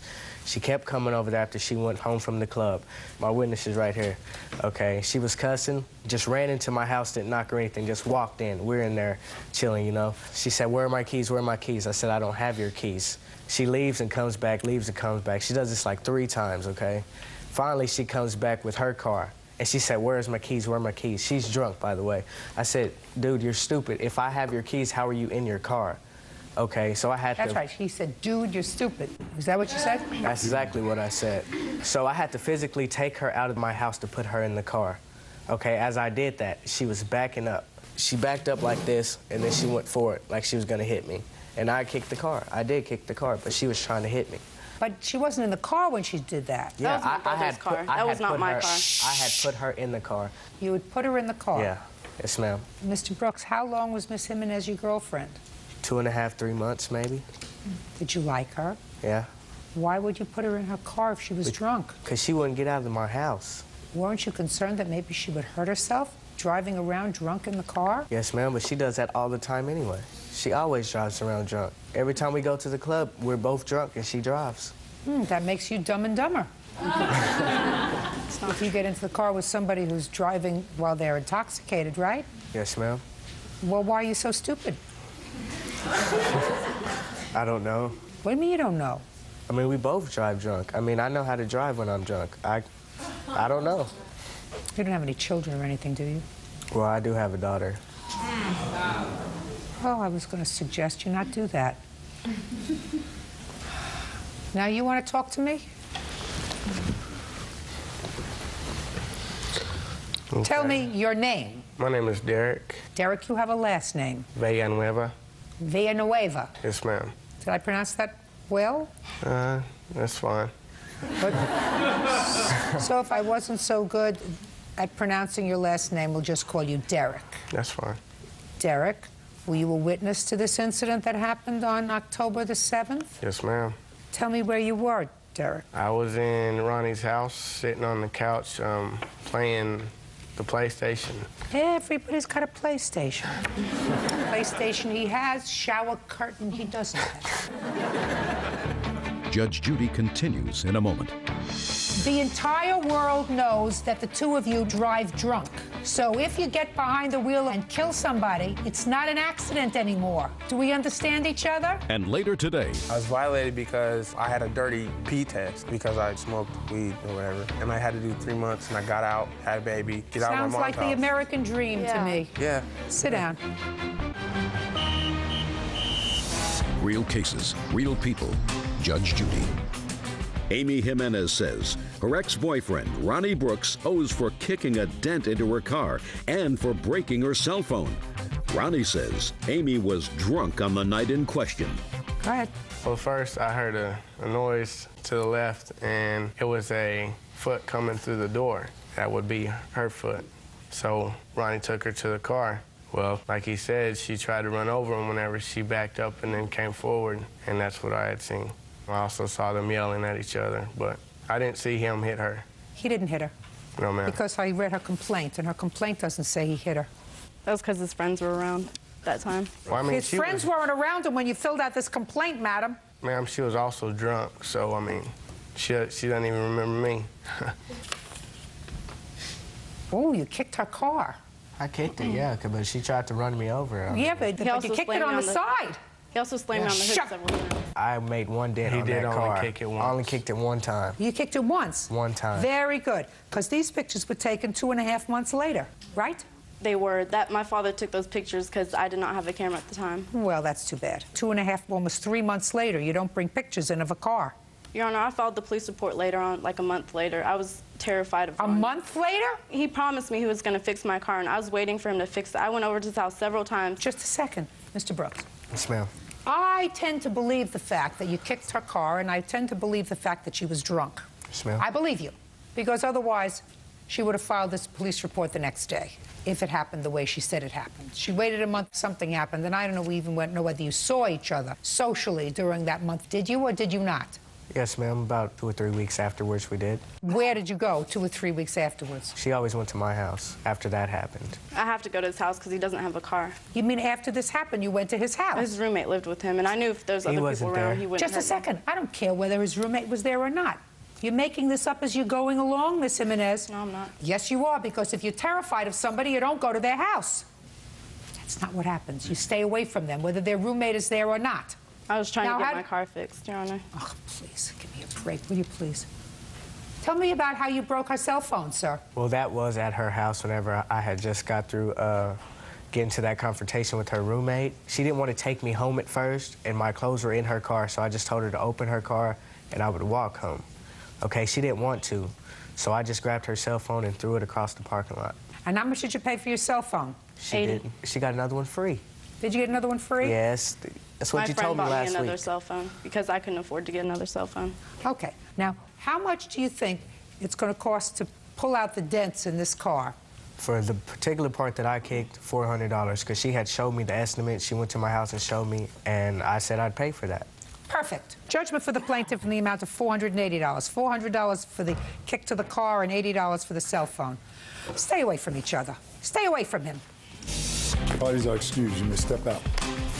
And by the way, one more thing. The entire world knows that the two of you now drive drunk. So if you get behind the wheel of a car and kill somebody, it's not an accident anymore. Do we understand each other? Yes, ma'am. Do you understand me? Perfect. He's excused. You step out. My roommate told me that he thought Ronnie was using me. He didn't have a job, and she was taking him everywhere, and I told her that he was the one that was using her. Ronnie did use me. He's scum. He's very violent. No more. That's over. And now the next case. All parties in the matter of Fernandez versus Holt. Step forward. 18-year-old homemaker April Fernandez is suing her boyfriend's sister, 24-year-old nurse's assistant Sheba Holt, for the return of a security deposit. Sheba says she kept the money because April ran up a $400 phone bill. Miss Fernandez, I assume this is your boyfriend? Yes. Your brother? Yes. According to what I read, Miss Fernandez, in your complaint, you had been living with Miss Holt. Her mother. And Correct. she lived there too? Yes. With the boyfriend. And there came a time when you and Miss Holt decided to rent an apartment together. You gave her a deposit, $300. Yes. And then you changed your mind. Yes. Why did you change your mind?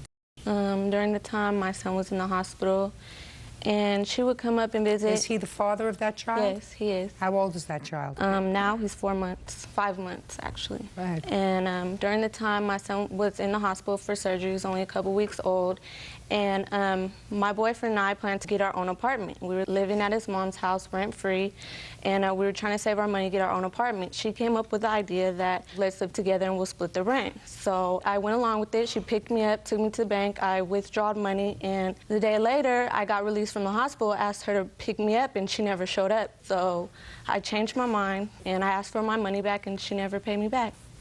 That's incorrect. She lived with me because that is my home also. I pay half the bills, I pay the phone bill, I pay half the mortgage, everything. Me and my mother share the home.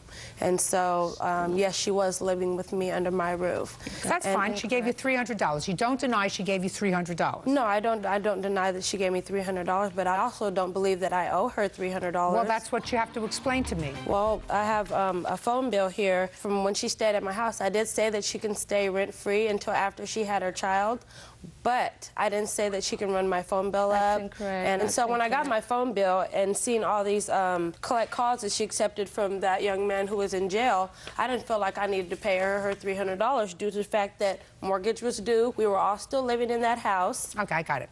Step. Miss Holt, let me tell you this. Generally speaking, you can't do what you want to do, which is write off the $300. And I understand you gave her $70 back. Yes, I did because I felt and you bad. acknowledge she gave you $70 back. Yes, she did. You can't decide that you're going to hold that for bills unless you had a contract that provided that she was to pay a phone bill. Why would I need a... Listen to me. Why? I don't know why. I have no idea why. She was staying at your house with a baby. He's in jail for what? Anything. What in me? But no. Oh, I was in jail for a probation violation because I didn't show up to court, failure to appear. And so I had a warrant for my arrest, and I got put in jail for 2.5 months. Then I got out, and... What had you been convicted of? What have I been convicted of? That was my question. You have the answer. Well, I got convicted of what was it again? It was it was grand theft, but that was in 2000. 2000 grand theft. I want to know what you were violated on, sir. What underlying crime were you violated on? I was violated because I had a dirty pee test because I, smoked weed or whatever. Oh, my God. So I got in trouble for that, and I had to do 3 months, and I got out, had a baby, and, I wanted to get myself together and get out of my mom's house. Sounds like the American dream to me. Yeah. Sit down. Okay. I have enough. Miss Holt, Your Honor. Miss Holt, listen to me very carefully. Sure. You owe her $230. Who are you living with now? I still live at my same house. Perfect. With your mother? Yes. Now, what about him? And he comes in and out as he pleases, bringing his little entourage to come live on me. Do you know why that is, Miss Holt? Why? Because your mother permits it. Well, anyhow, I live there, though, No, and I pay half of the bills. Am I speaking? When I speak, you don't. Take your hand off your hip. Only attitude here is mine. That's right. Your problem is you live with your mother. This is her baby. No, No. He's her baby. You're grown up. You work, right? Yes. You help pay the bills? Yes. You have a responsible job? Yes. You've had it for how long? Forever. Forever? Yes. He will always be her baby, because he's never going to grow up. He's never going to be responsible. You have to find your own place, because your mother is always going to let him come back into the house, always going to let him come back with his entourage, and it's always going to irritate you. So if you want to be free of that stress and aggravation, find your own place. Now I'm going to listen to you. Okay, Judge, you know, I just don't understand why she is suing me when I pulled her out of a situation where her mother, she's pregnant at 18 years old, 17, and her mother's getting ready to send her to jail pregnant. You know what I'm saying? My mother, I don't want you to interrupt her. And, you know, all these things, and she's putting her out. And I stopped what I was doing when this fool called me from jail saying, can you rescue my broad? So I go get her, bring her to my house, you know what I'm saying? Let her live in my room, rent-free, you know, and this is what I get. This is what I get in return. I get sued for taking care of this youngster. Miss Holt. She's wrong. I'm wrong for taking her into my home. Shh. Don't speak. Letting her use me, that's what I'm wrong for. Miss Holt. Yes, ma'am. You are morally correct. You cannot, however, take her $230. Do I think that she's right to sue you after living, you know, on me with for over 6 months? Do I think so? I think she lacks a certain amount of character. Yes. Right? But it looks like for every pot there's a cover. You get it? You get it? Yes, I do. Good. I'm glad I gave you a good laugh. Judgment for the plaintiff in the amount of $230. Listen, don't be such a good person anymore. You're right about that. And find your own place, because your mother's always going to take him back. Goodbye. Goodbye. Parties are excused. You may step out. Insurance salesman Larry Lane is suing his ex-tenant, collections agent Kay Thomas, for unpaid rent, stolen property, and legal fees. Larry says Kay and her family are professional squatters.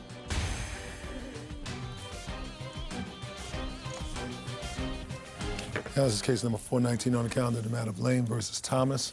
Parties have been sworn in. Judge, you may be seated. Folks, have a seat. Mr. Lane, Miss Thomas was a tenant of yours. Yes, that's correct. And it is your claim that she owes you for rent certain property that she took from the apartment or house that she had rented when she ultimately moved out, and that she also owes you for filing false charges against you in her application for a protective order.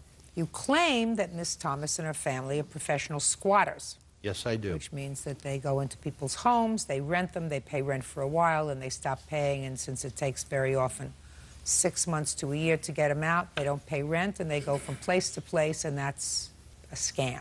It is a scam. And you're prepared to demonstrate to me that Miss Thomas and her family have a history of doing the same kind of thing to other landlords. Yes, I do. And I'd be interested to hear about that. In any event, when did you rent? Is it an apartment or a house? It was a 3-bedroom, 2-bath home, upper middle income with a When? pool. February, I rented her the home. She signed a lease on February 27th. Of She moved in 2004? on 2004. She moved in on March 15th, 2004. Who moved in? Valina Thomas, and the premises were leased to her and her daughter. In addition to her moving in, she moved her brother in. No, just a second.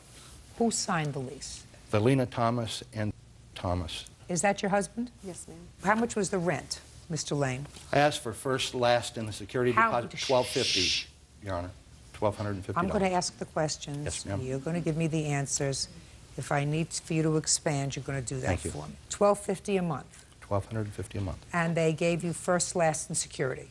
That's correct. Okay, so they paid for March, and it was a year lease? The check for March, Your Honor, was No, was it a dishonored. year lease? It is a year lease, yes, Your Honor. The check for March was what, sir? The check for March was dishonored by the bank.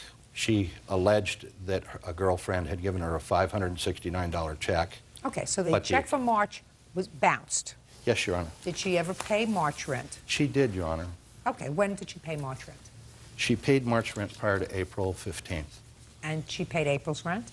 She did pay April's rent, Your Honor. And what about May? She did not pay May's, June's, or July's. Did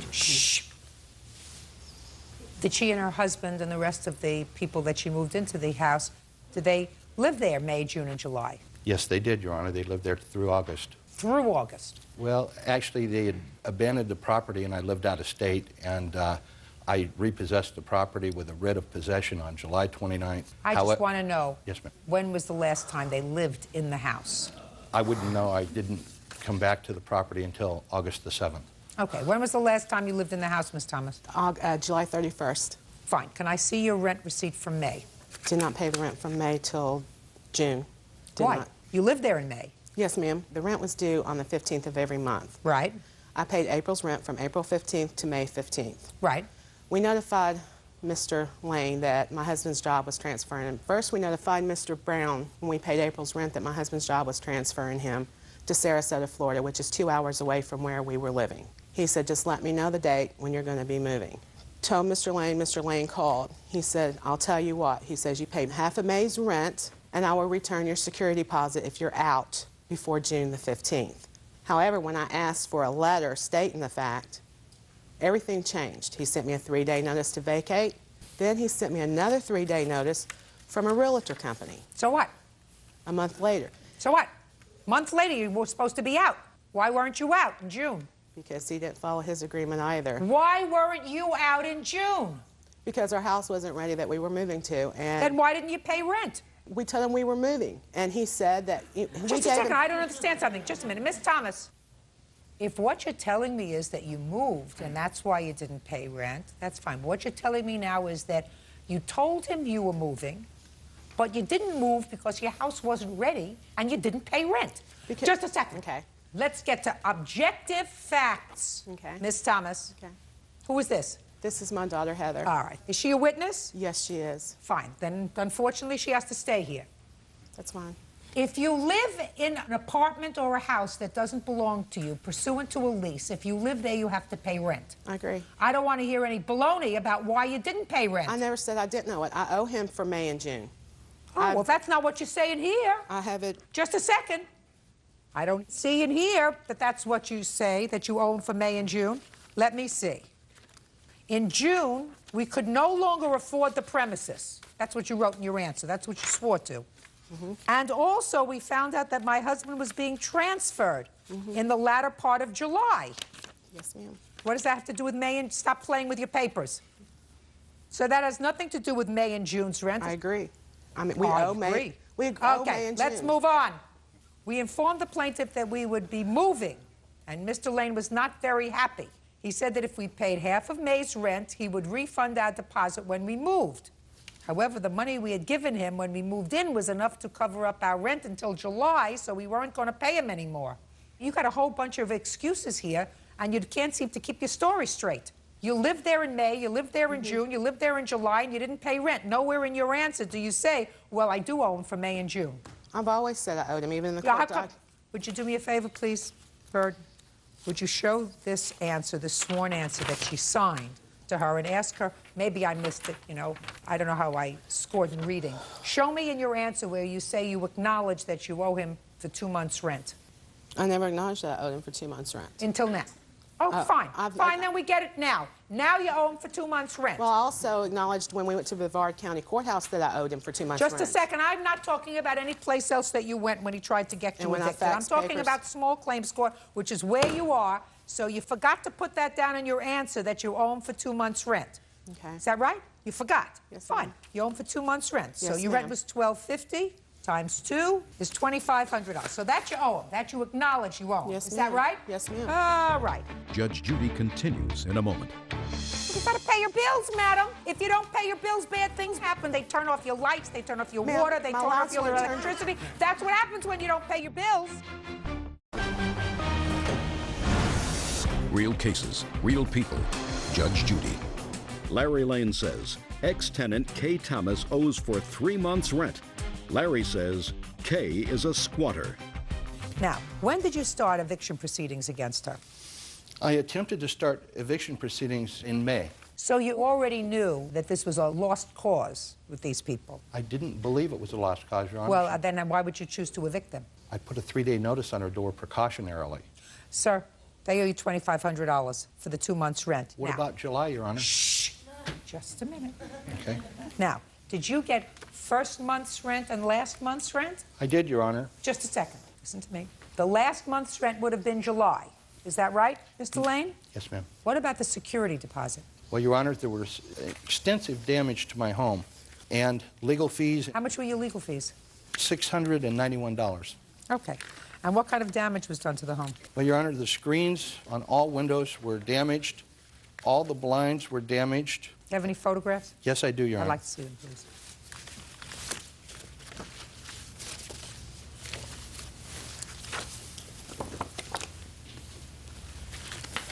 I also have receipts for blinds.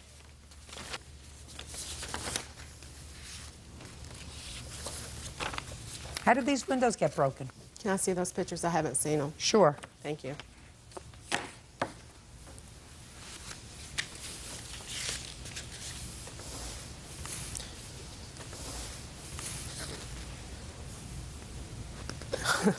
Your Honor, I have pictures also. I'd like to see them. Before we moved in and the day we moved out. Would you like to see those? I would.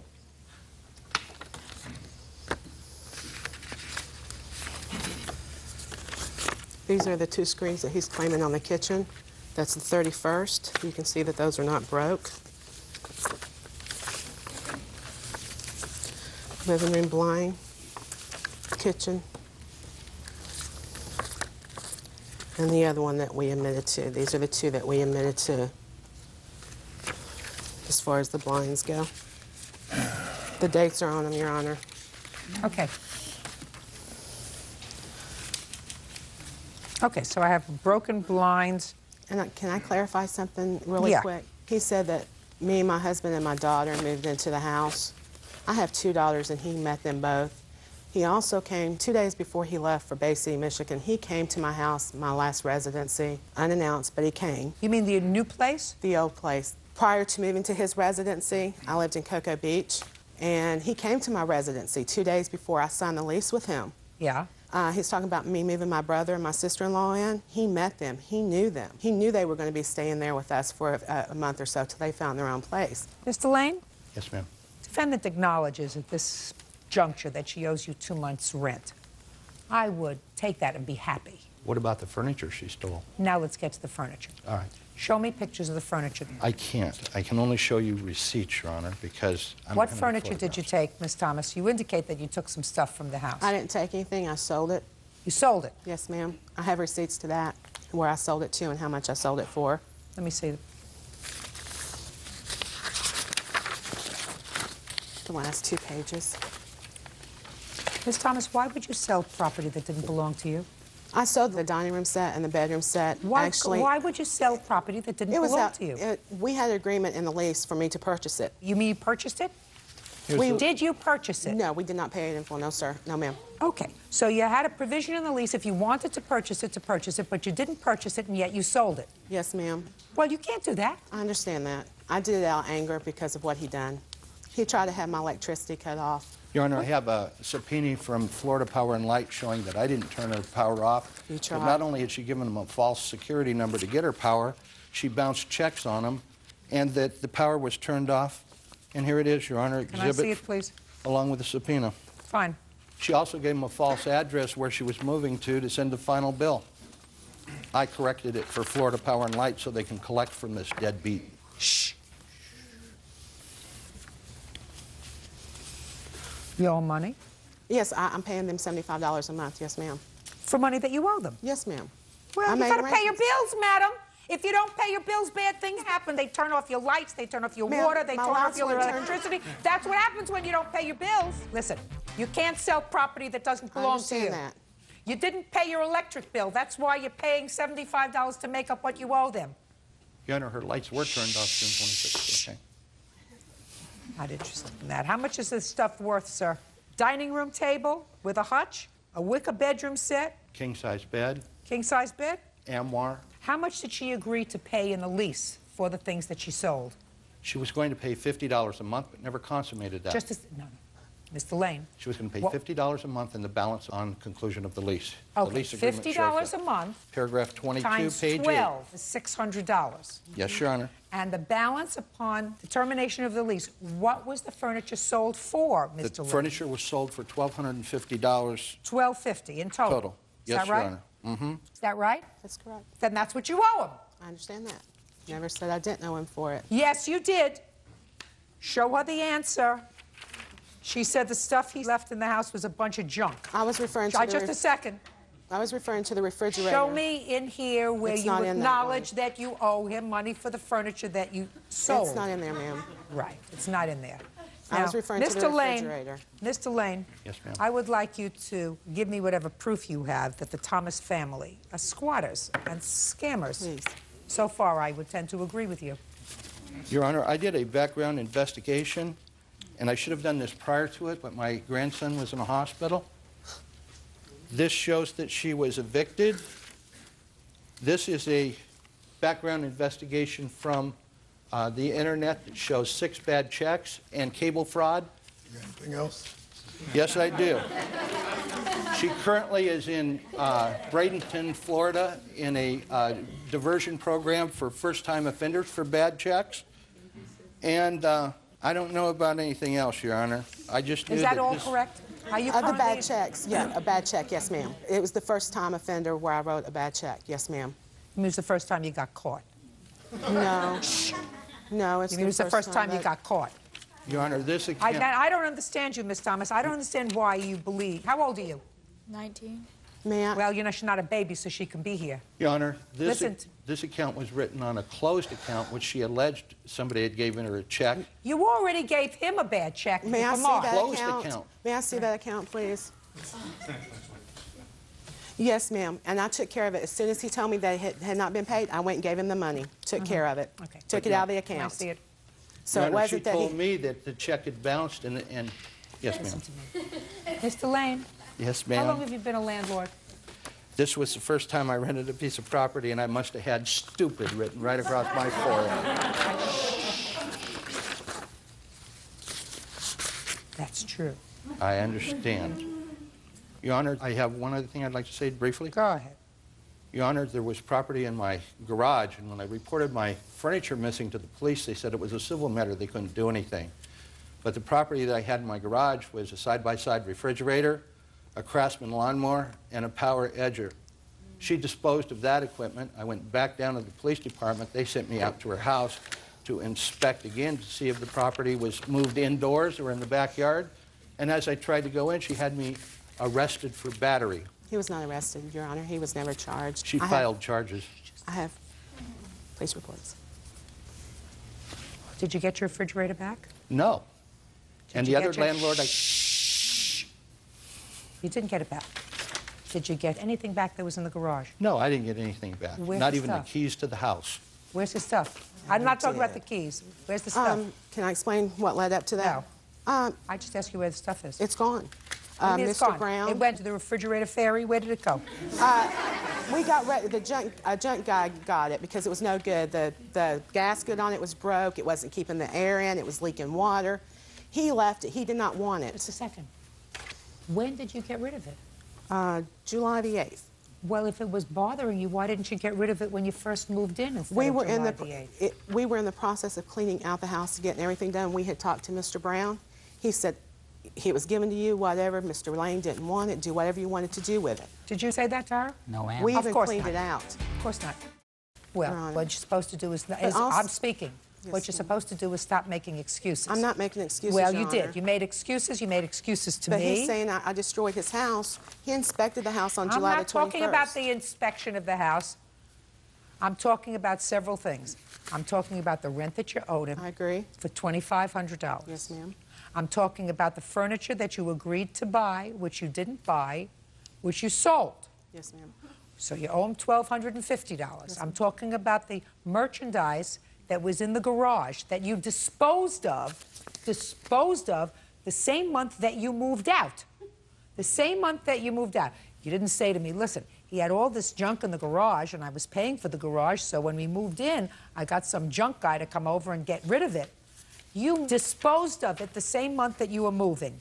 Ms. Thomas, you did the wrong thing. And what you're supposed to do, put that down. What you're supposed to do when you do the wrong thing, especially if you have a child here, is you're supposed to say, I did the wrong thing. I did. I mean, I did that. Well, you didn't admit it to me in the answer. Judgment for the plaintiff in the amount of $5,000. That's all.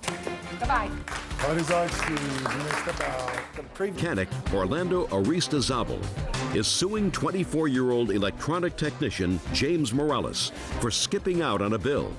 James is countersuing, claiming Orlando tried to keep him from leaving, damaging his car in the process.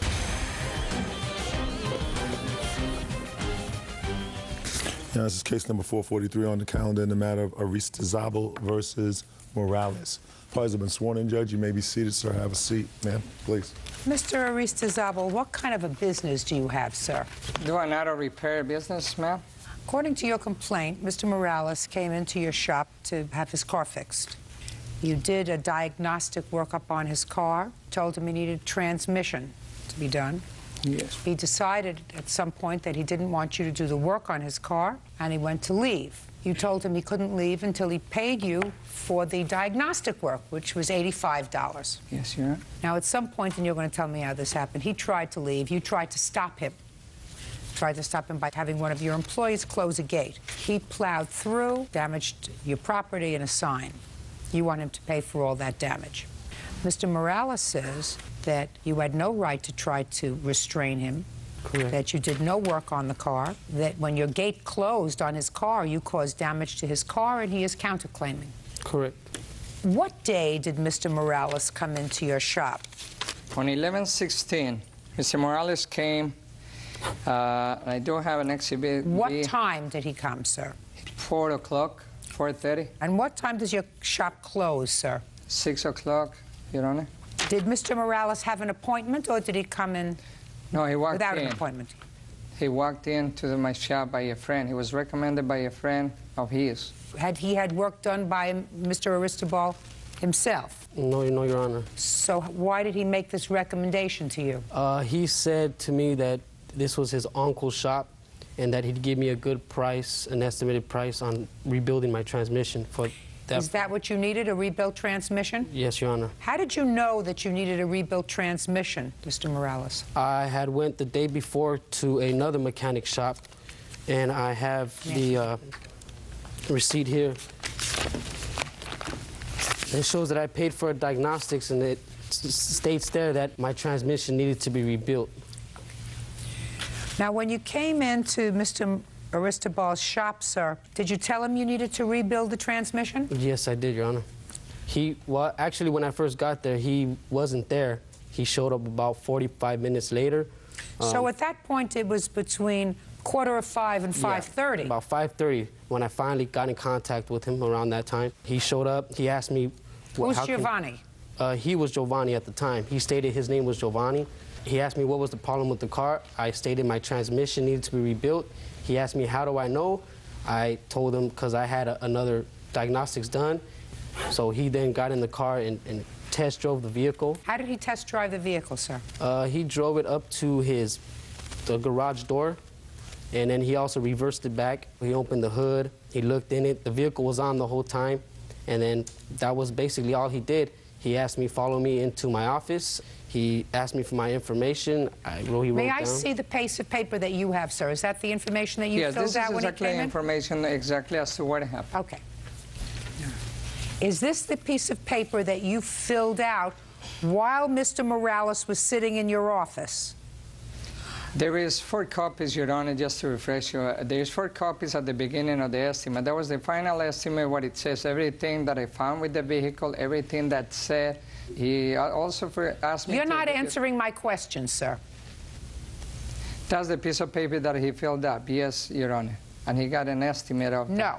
Mr. Morales did not sign this document that you have handed to me. Yes, he did. No. He did not sign this as it is written here. You filled this out after he left. So I Your want Honor. to see what he signed when he was there, not after you wrote everything that you wanted to write on this document about what happened later. I gave him a copy where it says computer diagnosis, ABS not working, to check and advise. $85 on the top of it, as you can see. The final invoice, This I tell him invoice exactly. is meaningless to me, sir. So then let's get over this, because we're not going to Okay, waste Your any Honor. more time. We're not going to waste any more time. Fine, Your Honor. Tell me what you did with the car, Mr. Aristizabal.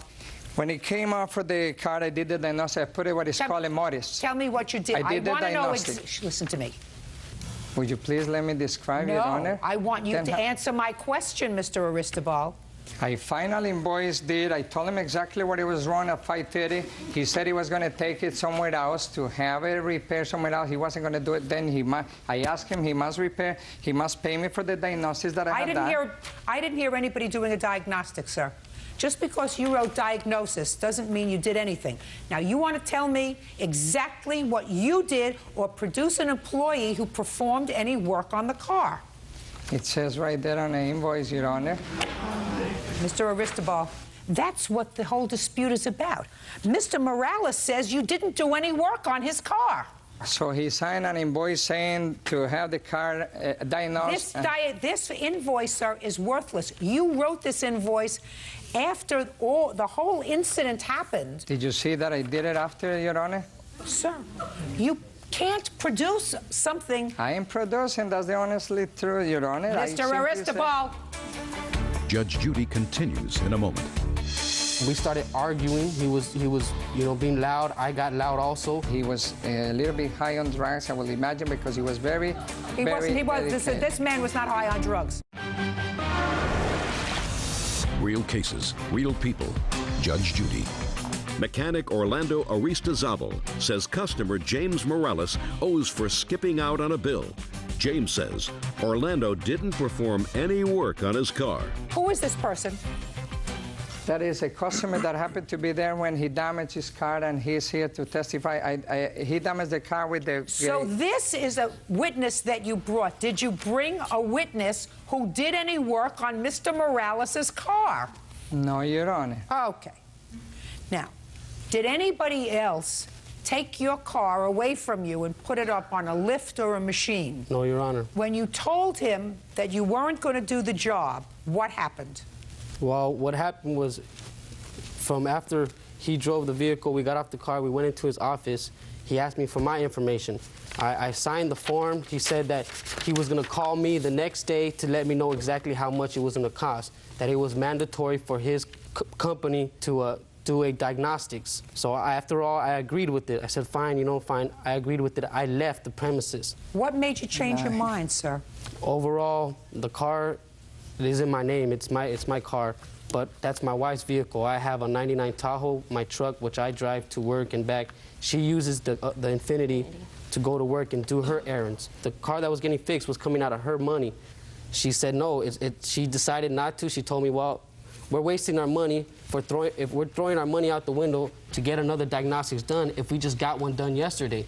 So from there... So you went back inside to get your car? Right. When I went back to the premises, we pulled into the vehicle. She pulled in where the gate line is, right on the premises line, where the gate would close, and she stopped. I got off the vehicle. I walked up to the garage. I seen my vehicle still in the same place, the key still in the ignition, the hood was still open, the door was open, and I looked for Mr. Giovanni, which he told me his name was at the time. I went into the office. I did not see him. I came out of the office. He came out of the back. He appeared out of the back. I then told him, we're not going to leave the car with you after all. I'm going to go ahead and take my car. He told me, well, you can go ahead and take the car, but you have to pay me my diagnostics, my $85 for the work that was done. I told him what work. I told him there was no wires connected to my car. I see no computer next to my car. I see no mechanic next to my car. I see no tools. The car was not on a hoist. It was not moved. So therefore, I felt that there was no work rendered to my vehicle, and I told him that I was not going to pay him. Did you see his car on a lift, sir? No. Did you see any wires attached to his car being diagnosed? Well, I was only there for like 5 minutes. The answer is no. No. Go ahead. So from that point, I told him I told him that I wasn't going to pay him. We started arguing. He was being loud. I got loud also, and from there I had my wife and my daughter in my truck waiting for me. I didn't want to argue with him, so I gave him the paper back. I shook his hand and I told him, look, Mr. Giovanni, if you feel I owe you, you have all my information. Sue me. You call me, you sue me, you do whatever you have to do. I'm taking my car. Does that sound familiar, Mr. Aristobal? I saw him after he came back. He wanted to leave. I told him he must pay for the diagnosis, which had been authorized. And he said, I'm not paying for it. He said he's not paying for it. I can call the police. He was a little bit high on drugs, I will imagine, because he was very, He wasn't. He was. delicate. This man was not high on drugs. This man was not high on drugs. Listen to me, sir. Mr. Aristobal, put the pictures down, sir. How did you stop him? Because according to your complaint, you said you tried to stop him. How did you try to stop him, sir? I don't need to stop him. I did not. So help me God, Your Honor. I did not stop him. He left, taking my gate out of it and my dumpster, here in the dumpster, and here is the pictures of it. Step up. You were a customer? Yes, ma'am. How long have you been a customer there? For like 1 year. You saw this incident happen? Yeah, I only saw when he left. Did one of Mr. Aristobal's employees close the gate? No, ma'am. Was it closed? No, it was open. It was open like a car's distance. And so describe to me what happened, sir. Well, the young man got in his car and he just like bailed out fast, like he was stealing the car. He was like scared for some reason. He just left real fast and he hit the dumpster and the gate. Okay. Go ahead. Okay. From that time, when I paid it, I told him I wasn't going to pay the $85, I gave him the receipt back, because when I left, he gave me a receipt. And I told him, I'm not going to pay you. I was already backing up. He then asked me, look, at least pay me $45 for my labor fee. I then replied to him, I'm not going to pay you anything. I continued to back up. He started yelling at his. There was about maybe 10 employees there. And if I may say, Your Honor, he was also an employee here. The witness is also an employee. If you notice his hands, they are greasy. I mean, you work for him? he Did is you an employee. part-time work for him? I don't work for him. I paint cars. He's a mechanic shop. What were you doing there that day, sir? He was fixing one of my cars. Fixing one of your Mechanical. personal cars or your Yeah. business cars? No, one of my cars. Your that Honor, I'm going if to I sell. Yeah, I try to get cars fixed so I can sell them. Sit down. Go ahead. From there, he yelled at his employees, don't let him leave, don't let him leave. I'm calling the police, don't let him leave. When my wife was still parked in the same place, if I can point out, she was parked here, right on the gate where the gate closes, and one of the employees started closing the gate on her vehicle. My daughter was in the car on the passenger side, behind the passenger back seat, and where the gate was closing onto. My wife then exits the vehicle and asks Giovanni, what's going on? What's going on? Giovanni replies, he's trying to steal my money. He needs to pay me. You guys need to pay me my money. She got in the vehicle. She backed up. She got onto the street. I then continued to back up. When they closed the gate on me, when it hit my vehicle, if you can see, if I can present some pictures to you. If you notice where the red arrow is, that's where I came to a complete stop at the dent that it made. I want to see all the pictures, Bird. There's Mr. Aristobal's also, please. This is the customer's car.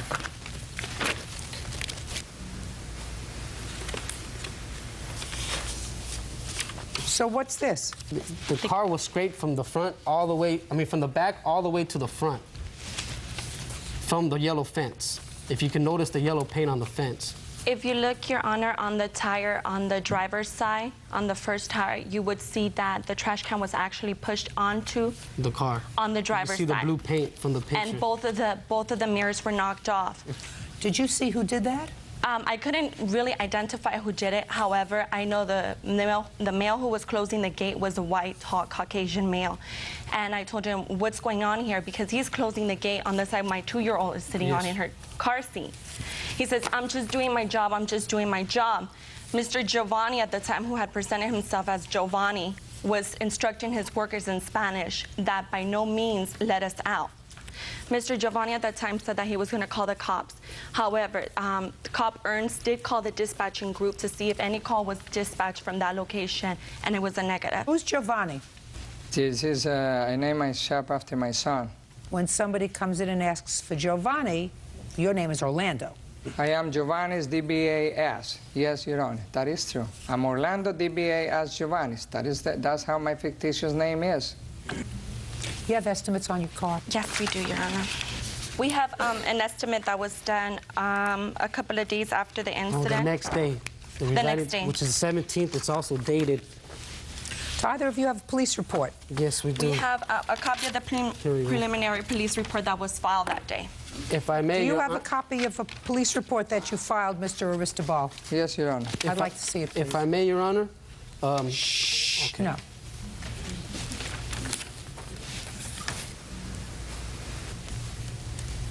What year car is this?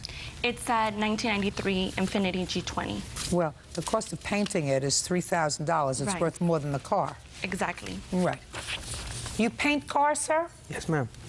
How much do you charge for a really good paint job? It varies from $2,500 to $500. And what about to take out all the dents on a car? Depends how many, what kind of dents. Here you go. It's not often that I have an expert witness that I can question. You can stand up, sir. It could be fixed without changing any parts. Great. How much could you fix it for, sir? I can fix this probably for $1,500.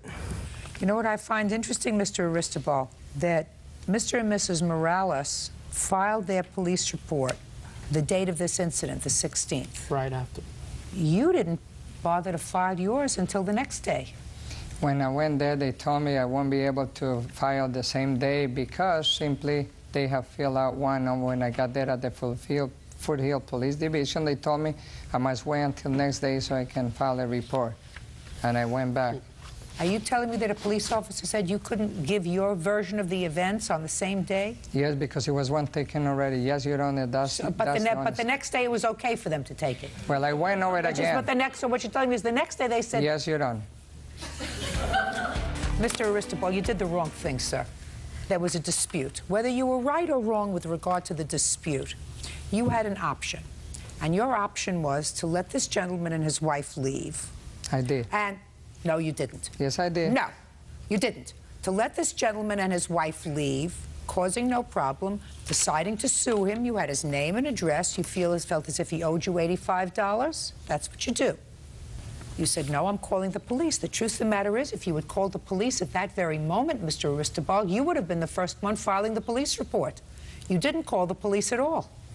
Yes, I did, Your Honor. Not that day you didn't, sir. So help me God. No, you didn't, sir.